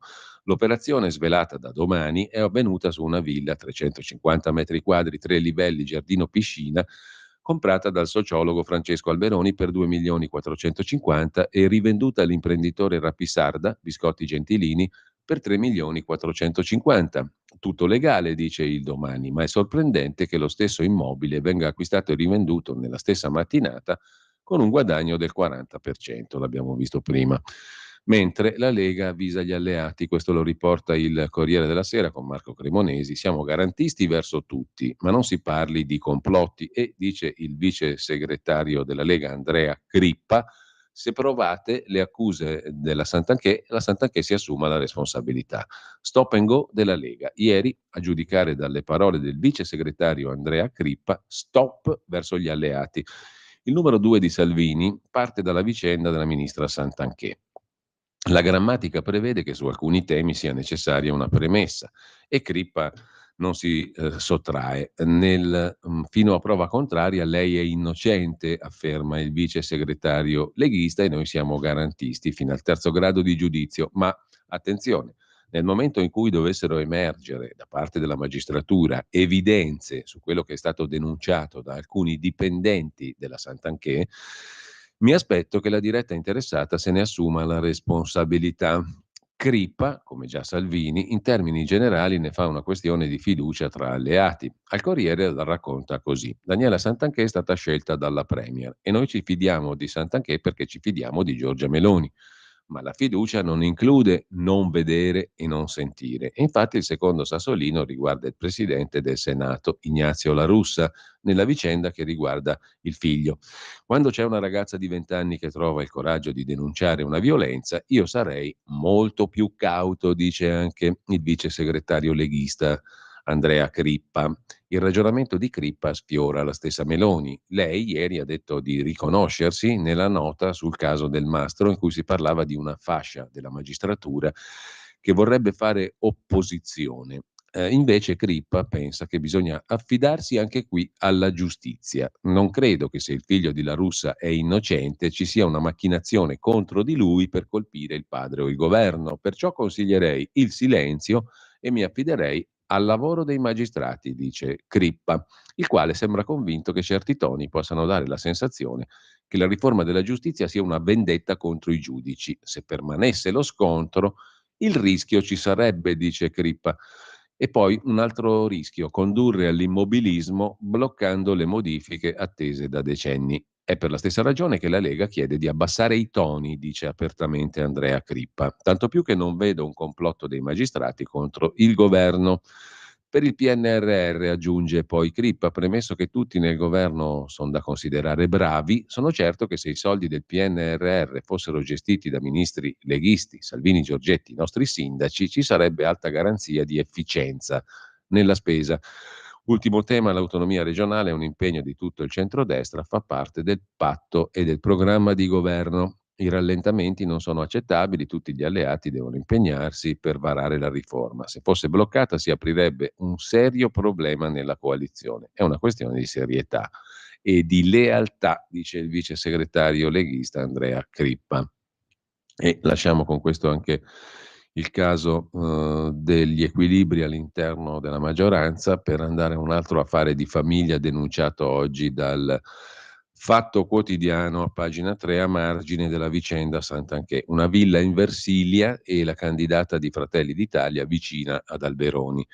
Si parte dalla famosa villa della compravendita con plusvalenza record. 12 gennaio il compagno della ministra Santanchè, Dimitri Kunz, e la moglie di Ignazio La Russa, Laura Di Cicco, comprano la villa dal sociologo Alberoni. Prezzo 2.450.000. L'azienda della Santanchè, la Visibilia, in quel momento è in estrema difficoltà. Un'oretta dopo, 58 minuti, viene rivenduta all'imprenditore Rapisarda per 3.450.000, 1 milione tondo guadagnato in 60 minuti. Viene da pensare che il milione potesse risultare utile a risanare le casse della società della Santanchè. Il Fatto ha chiesto al suo compagno Kunz se il denaro sia stato utilizzato in questo modo, ma il compagno della ministra ha chiuso il telefono senza dare risposte. Non c'è nulla di illegale in questa storia, c'è piuttosto qualche interrogativo sul tavolo, considerata la caratura dei protagonisti, compagni della seconda carica dello Stato e di una ministra. Per esempio, Rapisarda riferisce al Domani che Kunz, suo vecchio amico, non voleva vendere la villa, ma avrebbe accettato per la sua insistenza. Eppure, per chi dovrebbe recuperare soldi per risanare le società di famiglia, è difficile acquistare un immobile di tale valore.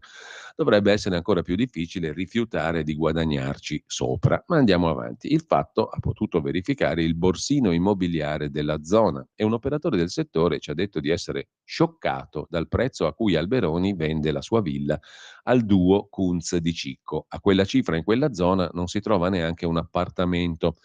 La villa in questione, attraverso intermediari immobiliari senza mandato esclusivo, era in vendita da un paio d'anni a 8 milioni. Parliamo di 350 metri quadri, 3 livelli, 2000 metri di giardino, piscina, molte ristrutturazioni da fare, ma anche ottime finiture. In questa zona una residenza oscilla tra i 6-7 e 12-15 mila euro al metro quadro. Il 3 gennaio del 21 muore la moglie di Alberoni, Rosa Giannetta. Secondo le voci di paese subentrano grane legate all'eredità, c'è necessità di vendere, il prezzo viene dimezzato. Arriviamo così all'arrivo di Kunz, il compagno di Santanchè, che viene visto più volte a casa Alberoni e porta a casa una plusvalenza da record. Kunz spiega in una nota che l'operazione immobiliare è durata più di un anno e nasce su richiesta del professor Alberoni. Se l'operazione è durata più di un anno, il suo prezzo di mercato oscillava dunque intorno ai 4 milioni, ma Kunz ha una versione diversa. Il prezzo di vendita è quello richiesto dallo stesso professore per l'immobile che era frutto di un'eredità non chiusa con 7 coeredi, legatari e asseriti creditori. Al professore, durante il preliminare, è stata versata molti mesi e non 58 minuti prima una parte del prezzo richiesto e accettato. Ho chiesto a De Cicco, la moglie di La Russa, di condividere con me il rischio di questa operazione. Aggiunge Kunz, è stato individuato dopo lavori di miglioria dell'immobile un compratore fortemente interessato che ha provveduto a sua volta a rogitare non appena è stato giuridicamente possibile. Considerato che acquirenti e venditori sono i compagni del presidente della Camera La Russa e della ministra Santanchè, presidente del Senato, entrambi di Fratelli d'Italia, possiamo aggiungere che c'è un legame tra il sociologo e il partito. Nell'aprile 19 Alberoni scrive: in questo articolo spiego le ragioni che mi hanno convinto ad accettare la proposta di Giorgia Meloni, presentarmi come capofila alle elezioni europee per Fratelli d'Italia. Alberoni non sarà eletto, nel 22 Fratelli d'Italia candida al Senato una persona però a lui molto vicina, già candidata nel 21 al Comune di Milano, Cristina Cattaneo Beretta, coautrice di 3 libri con Alberoni e vice direttore vicario del sito Alberoni Magazine.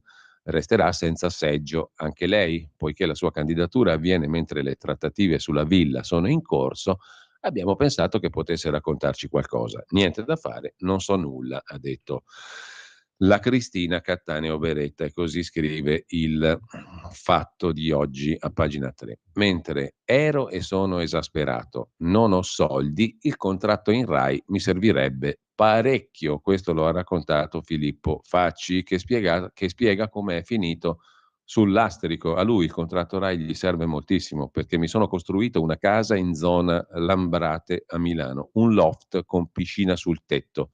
È stato un passo più lungo della gamba, dice il giornalista. Ho fatto il mutuo, nel frattempo le mie entrate sono scese, denunciavo il reddito, ma non riuscivo a pagarci le tasse e quindi è arrivato il fisco. Per farla breve, ho svenduto la casa a 1 milione di euro. La frase sulla ragazza che accusa la russa è stato un errore stilistico, ma pentimenti mai. Sono fatto così. Insomma, non ho soldi, il contratto in Rai mi servirebbe molto, dice Filippo Facci. Intanto, per la questione del ponte sullo stretto, la società WeBuild ha nominato il prefetto De Gennaro, già capo della polizia, dei servizi segreti, eccetera, di Finmeccanica, presidente del consorzio Eurolink. L'ex capo della polizia e direttore generale della pubblica sicurezza è stato anche presidente di Leonardo Finmeccanica e della Banca Popolare di Bari, ci scordavamo questo. Lettera 43 si occupa di questa nomina.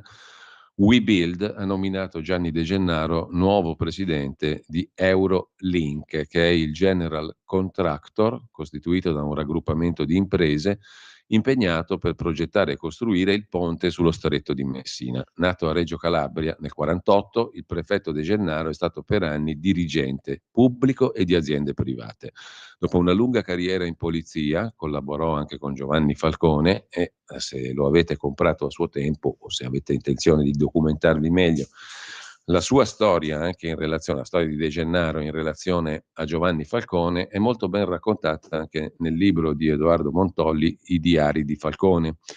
Se avete voglia di leggere, di documentarvi, ci sono molte cose interessanti lì. Svolgendo varie indagini, poi a livello internazionale, nella lotta alla mafia, nel 1993 De Gennaro diventa direttore della direzione investigativa antimafia, la DIA. Nel 2000 il governo Amato lo nomina capo della polizia, direttore generale della pubblica sicurezza, un anno prima dei fatti del G8 di Genova, per i quali la Corte europea dei diritti dell'uomo condannò l'Italia, anche per torture da parte della forza dell'ordine. Dopo aver lasciato nel 2007, a favore del vice Antonio Manganelli, De Gennaro diventa capo di gabinetto del Ministero dell'Interno e direttore generale Dipartimento Informazioni per la Sicurezza, cioè servizi segreti, sottosegretario di Stato alla Presidenza del Consiglio con Mario Monti, con delega ai servizi segreti. A luglio del 13 viene designato dal governo Letta presidente di Finmeccanica, che successivamente diventerà Leonardo, incarico ricoperto fino al 2020. Nel 2020 diventa presidente della Banca Popolare di Bari fino al 2022. Dal 2013 è presidente del Centro Studi Americani. Il consorzio Eurolink, in cui WeBuild, cioè l'ex Salini, detiene una quota del 45% e che progetterà il ponte e realizzerà il ponte sullo stretto, è composto dalla spagnola Sacir al 18,7%, da Condotte d'Acqua 15%, CMC 13%, la giapponese IHI 6,3%, consorzio ACI 2%. Questa è la notizia che variamente viene, c'è anche una pagina sul Corriere della Sera, WeBuild nomina De Gennaro presidente del consorzio Eurolink. Vi segnalo poi invece sulla testata La Nuova Bussola Quotidiana un articolo di Gian Andrea Gaiani a proposito degli esiti del vertice della NATO a Vilnius. Doccia fredda per Zelensky, Erdogan trionfa, l'Europa vassalla. Al summit di Vilnius, rimandato sine die l'ingresso dell'Ucraina nella NATO, irritazione per le pretese ucraine. Trionfa il presidente turco, la cui adesione all'Unione Europea sempre più vassalla degli Stati Uniti è voluta da Joe Biden, scrive Gian Andrea Gaiani. A Vilnius la NATO ha congelato l'ingresso dell'Ucraina e lo ha rimandato a data da destinarsi, mentre il presidente turco Erdogan trionfa a spese dell'Unione Europea. In sintesi sono questi i dati salienti emersi dal summit dell'Alleanza Atlantica, le cui conseguenze saranno misurabili nel tempo. Saremo in grado di estendere un invito all'Ucraina ad aderire alla NATO quando gli alleati saranno d'accordo, si legge nella dichiarazione conclusiva del vertice, e quando le condizioni saranno soddisfatte. Un esito previsto, voluto dagli Stati Uniti e da tutti gli stati della NATO, che non intendono imbarcare l'Ucraina finché è in guerra con la Russia. Per addolcire la pillola a Zelensky, a Vilnius è stata definita una più rapida consegna degli F-16, i caccia, in realtà tutta da verificare, mentre i membri del G7 hanno annunciato accordi bilaterali con l'Ucraina per continuare a sostenere il riarmo e l'economia dell'Ucraina. In cambio, l'Ucraina si impegna a democratizzare il paese, a fare le riforme del sistema giudiziario, anticorruzione, delle imprese, del rispetto dello Stato di diritto e del controllo civile e democratico delle forze armate. Sono impegni eccessivi, scrive Gaiani, per gli attuali standard dell'Ucraina, mentre le offerte dell'Occidente mirano a calmare la delusione di Zelensky, che l'11 luglio ha definito assurdo che non sia fissato il calendario né per l'invito né per l'adesione dell'Ucraina. Allo stesso tempo viene aggiunta una formulazione vaga sulle condizioni perfino per l'invito a entrare nella NATO. Sembra dunque che non ci sia disponibilità né a invitare l'Ucraina nella NATO né a renderla membro dell'alleanza. Ciò significa che viene lasciata una finestra di opportunità per negoziare l'adesione alla NATO nei colloqui con la Russia, e per la Russia questo significa motivazione per continuare il suo terrore. L'incertezza è debolezza, così Zelensky. Il presidente ucraino ha colto nel segno, commenta Gajani. Nonostante i proclami di Kiev che annunciano vittorie militari inesistenti, i membri della NATO hanno ben compreso che il fallimento della controffensiva ucraina e l'esaurimento degli aiuti militari che l'Occidente può fornire a Kiev imporranno presto di negoziare un accordo con la Russia. È difficile dire se Mosca sia disponibile, se le trattative coinvolgeranno gli Stati Uniti. Di certo, argomenta Gaiani sulla Nuova Bussola Quotidiana, la base su cui i russi si sono detti disponibili al confronto riguarda la cessione delle 4 regioni ucraine occupate e annesse alla federazione con un referendum nel settembre scorso e lo status neutrale dell'Ucraina. In vista di questo negoziato, i membri della NATO hanno ritenuto di non assumere impegni formali con l'Ucraina che avrebbero irritato Mosca. La portavoce del ministro degli esteri russo, Maria Zakharova, ha ironizzato sull'esito del vertice, apostrofando gli ucraini. Sciocchi, ha scritto su Telegram, dovevate imparare le regole prima che iniziasse il gioco e non dopo. I russi non sono i soli a ironizzare sulla delusione dell'Ucraina. Il ministro della difesa britannico, Wallace, ha invitato l'Ucraina a porre di più l'accento sul ringraziare per l'aiuto occidentale. Piaccia o no, ha detto, la gente vuol vedere un po' di gratitudine. A volte si chiede ai paesi di rinunciare alle proprie scorte di armi.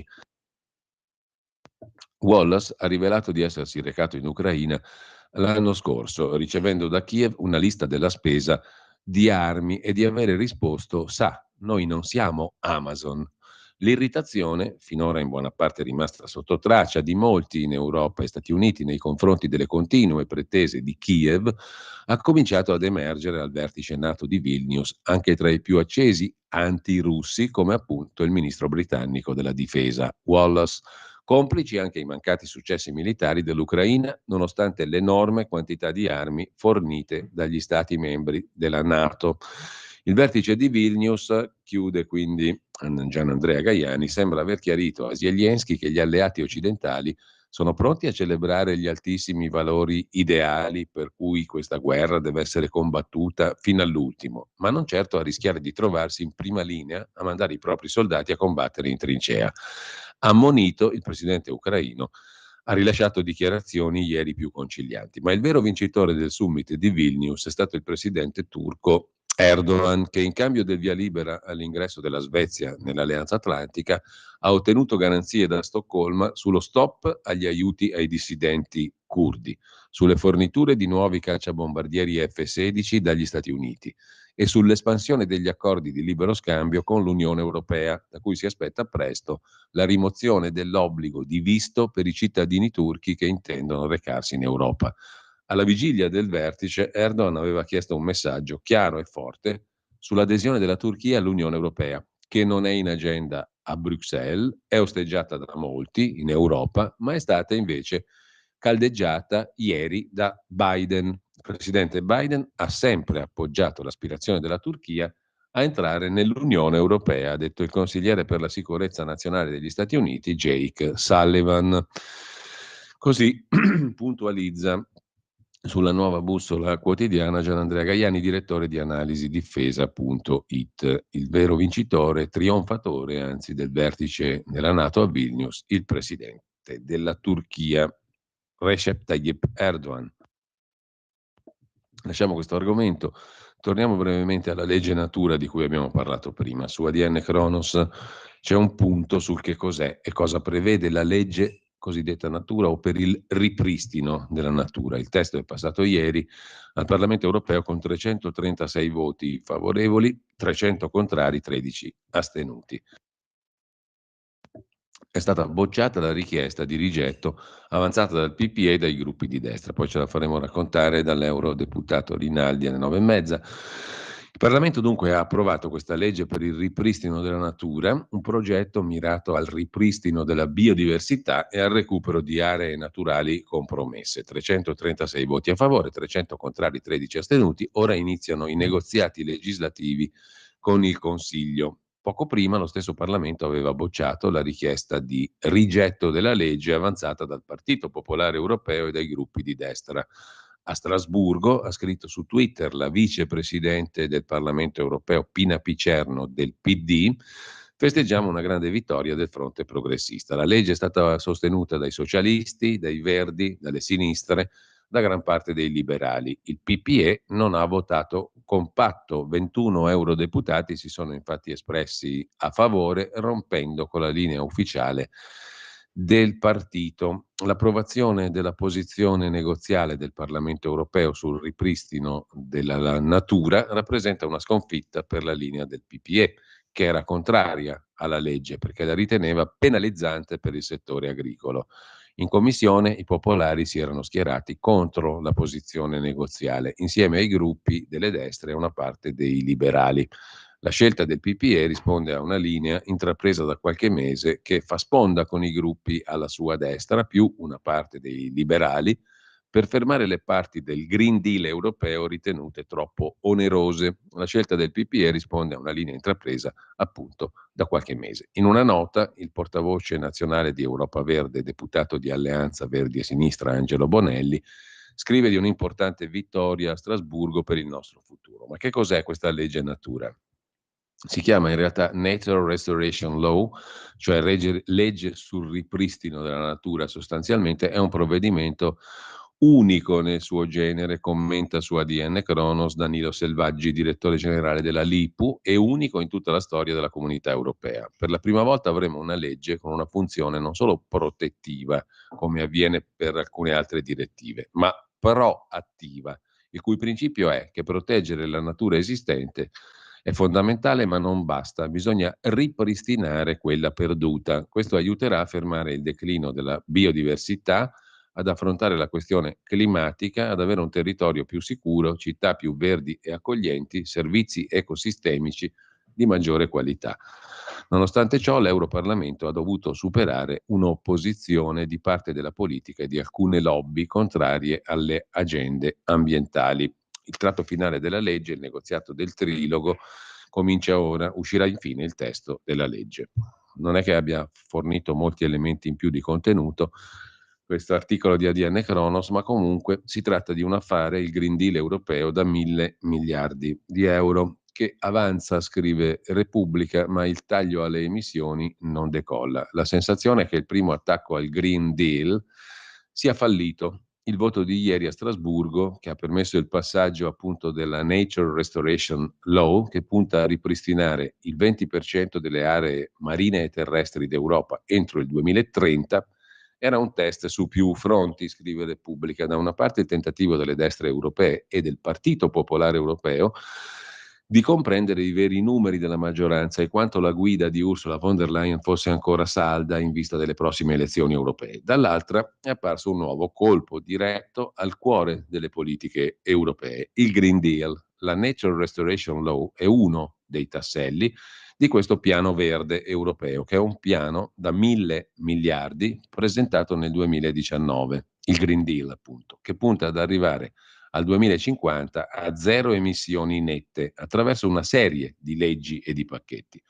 Già incassate e operative ci sono la strategia Fit for 55 per arrivare al 55% di riduzione delle emissioni nel 2030 rispetto ai livelli del 1990.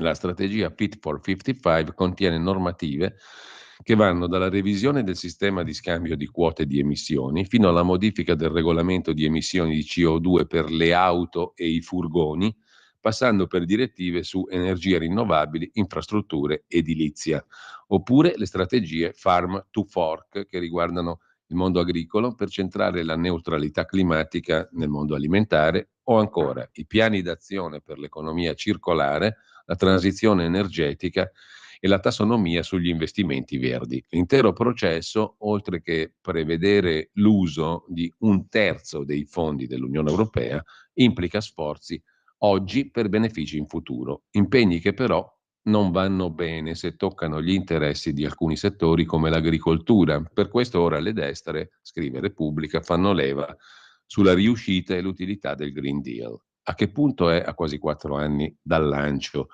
il piano verde? Si domanda Repubblica. Da Repubblica vi segnalo poi invece sul Corriere della Sera un'intervista al ministro Adolfo Urso, ministro delle imprese del Made in Italy, su questo voto ieri in Europa, l'Europarlamento che ha dato il via alla legge sul ripristino della natura. È un voto che appartiene al passato, dice il ministro Urso, è frutto di una visione ideologica, non tiene conto della realtà.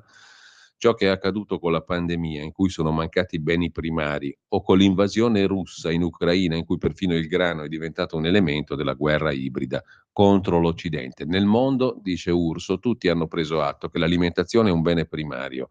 Va garantita la produzione e l'approvvigionamento nel proprio paese e per quanto ci riguarda in Europa, perché così come la farmaceutica fa parte della sicurezza nazionale.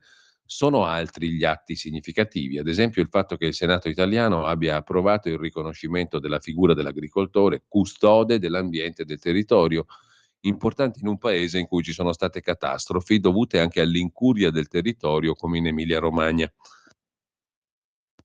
Sui temi dell'agricoltura, il governo Meloni è in contrasto con le politiche europee, per esempio sul sistema di etichettatura Nutri-Score. Siamo la nazione della buona, sana alimentazione, ce la invidiano in tutto il mondo.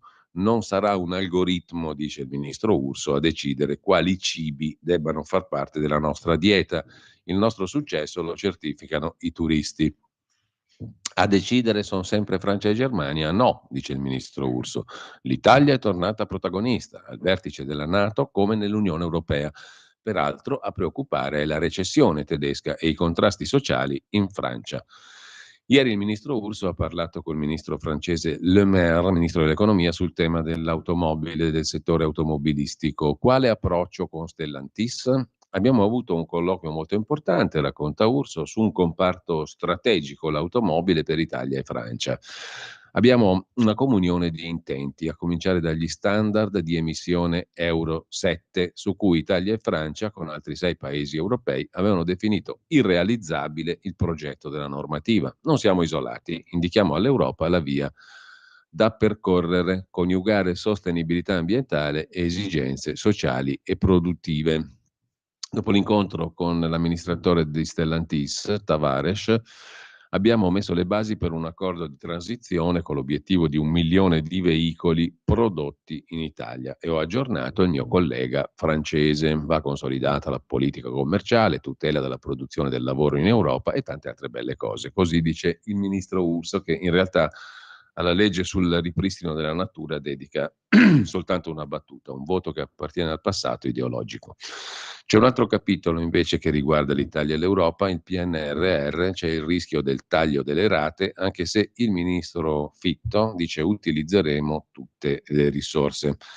Il Premier Meloni dice il piano non è scritto da noi e Confindustria chiede un'operazione verità su cosa si può realizzare con il PNRR. La Commissione europea ha confermato che l'Italia ha presentato una richiesta per modificare una serie di tappe e obiettivi del PNRR, 10 misure incluse nella quarta richiesta di pagamento, 10 su 27 obiettivi che il PNRR prevedeva che fossero realizzati nel primo semestre 23 per ottenere la rata da 16 miliardi.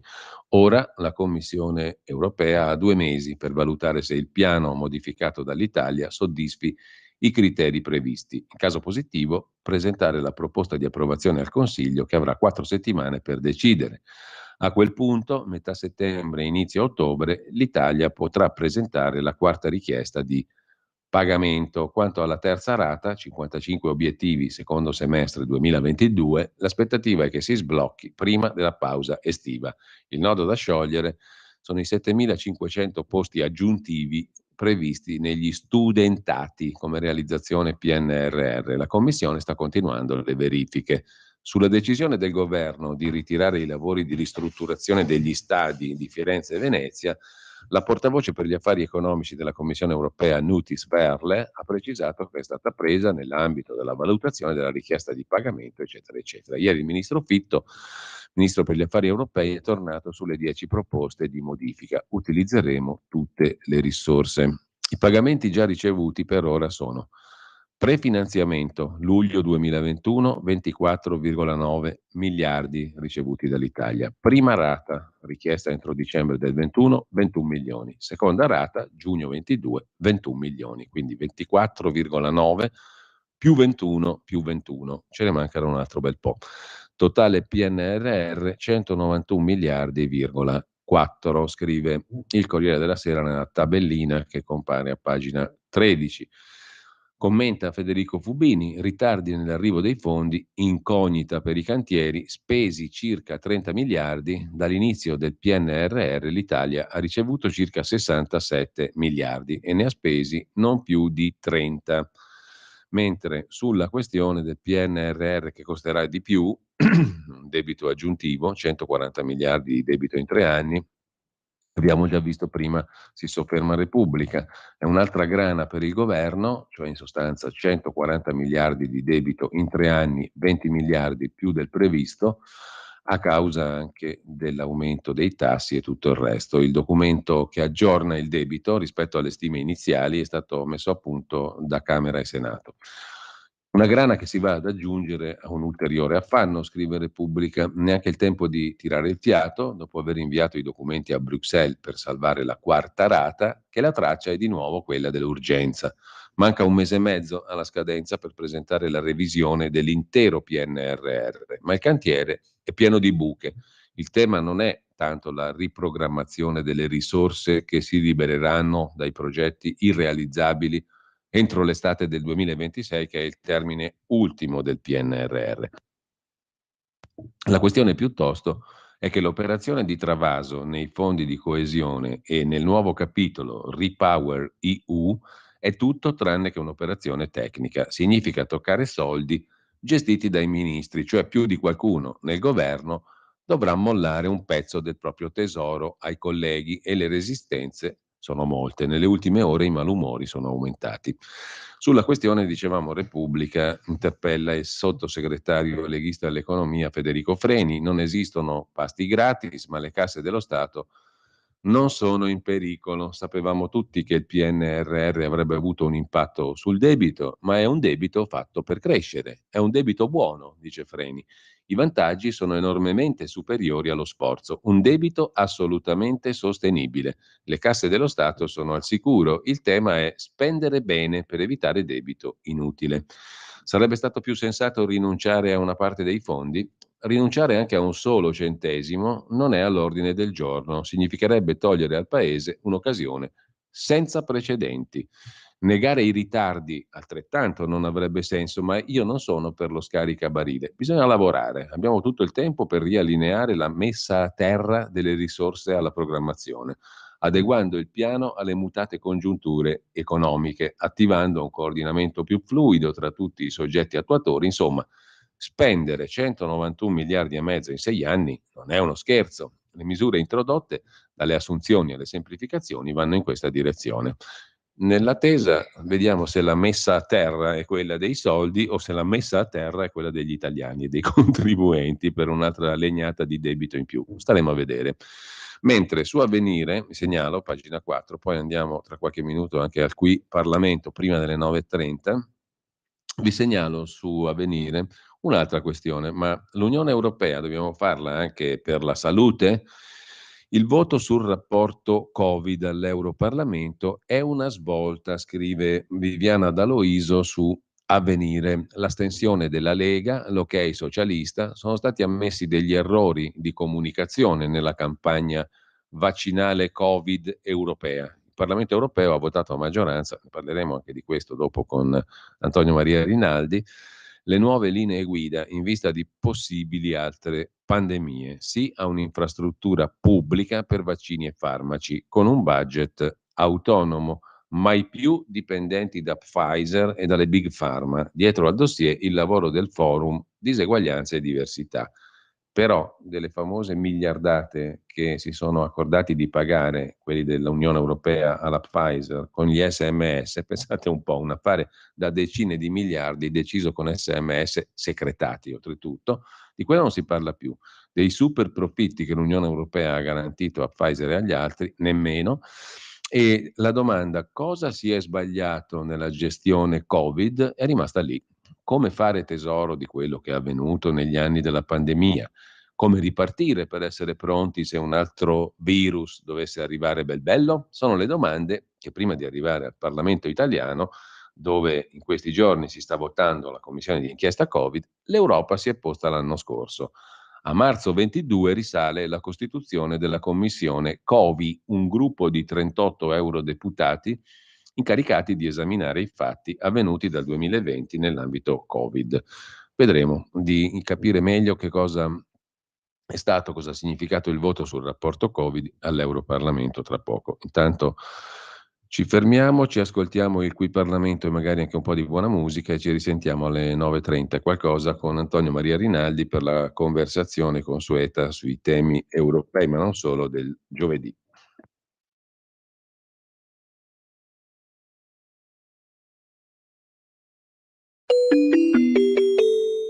Qui Parlamento. Ministro, gli asili nido e le scuole dell'infanzia, oltre ad essere fondamentali per l'educazione, la socialità e lo sviluppo di bambine e bambini fino a 6 anni di età, costituiscono un servizio essenziale per le famiglie e quindi per le donne che lavorano. Il PNRR, con la missione 4C1, investimento 1.1, ha inteso aumentare l'offerta educativa nella fascia 0-6 su tutto il territorio nazionale attraverso la costruzione di nuovi asili nido e nuove scuole dell'infanzia o la messa in sicurezza di quelle esistenti, in modo da migliorare la qualità del servizio. Il 30 giugno 2023 scadeva una milestone importante, ovvero il termine di aggiudicazione degli appalti in essere PNRR per gli asili nido. Sappiamo che in questi giorni il governo ha avuto delle interlocuzioni con la Commissione europea. È interesse del Parlamento conoscere con tempestività e trasparenza i dettagli del piano degli asili nido e scuole dell'infanzia e soprattutto gli eventuali interventi e correttivi che lo riguardano. Si chiede di sapere lo stato di avanzamento degli interventi previsti dal PNRR. Grazie. Grazie onorevole. Il Ministro dell'Istruzione e del Merito, Giuseppe Valditara, ha facoltà di rispondere per 3 minuti. Prego, Ministro. Signor Presidente, gentili onorevoli, ringrazio l'onorevole interrogante perché con il suo quesito mi consente di ricordare che sin dall'inizio del mio mandato ho lavorato con grande determinazione su questo tema, un obiettivo strategico per il nostro Paese, l'ho ricordato anche questa mattina in occasione della presentazione dei dati invalsi, proprio perché è un tema strettamente collegato alle iniziative volte a favorire l'inclusione scolastica, è proprio dagli asili che si inizia, a favorire la partecipazione delle donne al mercato del lavoro, al mondo del lavoro e per favorire ovviamente la natalità e quindi anche ovviamente a favore della famiglia. Sono particolarmente orgoglioso di comunicare anche in questa sede che la Commissione europea proprio ieri ha valutato positivamente la percentuale di aggiudicazioni dei lavori da parte degli enti locali sinora effettuate, oltre il 91%, ritenendo dunque sostanzialmente centrato il target del 30 di giugno. Grazie ad una straordinaria collaborazione fra governo, comuni, ANCI, e grazie ad una significativa opera di semplificazione normativa adottata su impulso del Ministero dell'Istruzione e del Merito da questo governo a febbraio nel decreto semplificazioni. In particolare sono tante le misure, il modello Genova, la possibilità di avvalersi per i piccoli comuni di altre strutture, la task force costituita, Invitalia. Un dato che ritengo particolarmente significativo: prima di queste misure i tempi per l'aggiudicazione degli appalti in materia di edilizia scolastica erano di 3 anni sino a 1 milione di euro, di 4 anni da 1 milione a 5 milioni di euro. A seguito di queste misure i tempi sono stati abbattuti a 7-9 mesi. Nella valutazione di Bruxelles, ai fini del giudizio positivo da noi acquisito, è indubbiamente rilevato anche il forte incremento dei prezzi nel settore dell'edilizia, che in alcune regioni ha superato il 50%, che non poteva non incidere sulle tempistiche di aggiudicazione. Con riguardo al tema del raggiungimento del target finale della misura, ci siamo posti ora l'obiettivo di individuare e finanziare ulteriori interventi in modo da raggiungere un target che sia più coerente con le effettive esigenze del nostro Paese. A tale riguardo sono orgoglioso di comunicare comunque che abbiamo già superato gli obiettivi del Consiglio di Barcellona e che prevedeva il raggiungimento del target del 33% in merito alla copertura del servizio da 0 a 6 anni. È questa la riprova di un impegno concreto che dimostra, diversamente da quanto affermato da taluni in modo strumentale, come questo governo non solo non abbia rinunciato ad alcun finanziamento del PNRR, ma sia anzi pronto ad individuare anche nuove ed ulteriori misure volte a consolidare e a incrementare l'offerta di asili, accogliendo convintamente la sfida postaci da Bruxelles. Qui Parlamento. La rata per il secondo semestre del PNR è stata sospesa da Bruxelles in attesa di accertamenti. Il ministro Fitto dice che l'ostacolo è superabile, speriamo che le cose siano così. Vista da Bruxelles, questa vicenda italiana però è grottesca e addirittura imbarazzante. Ad esempio, sulle nuove residenze universitarie sono state presentate delle domande per la costruzione dei nuovi fabbricati da parte di chi li aveva già realizzati in precedenza.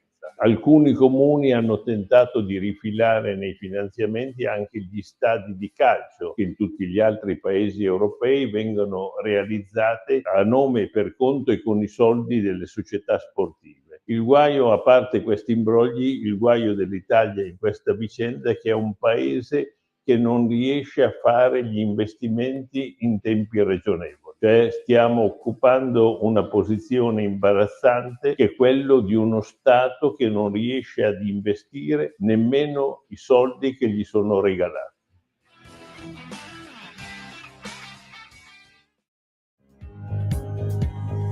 Avete ascoltato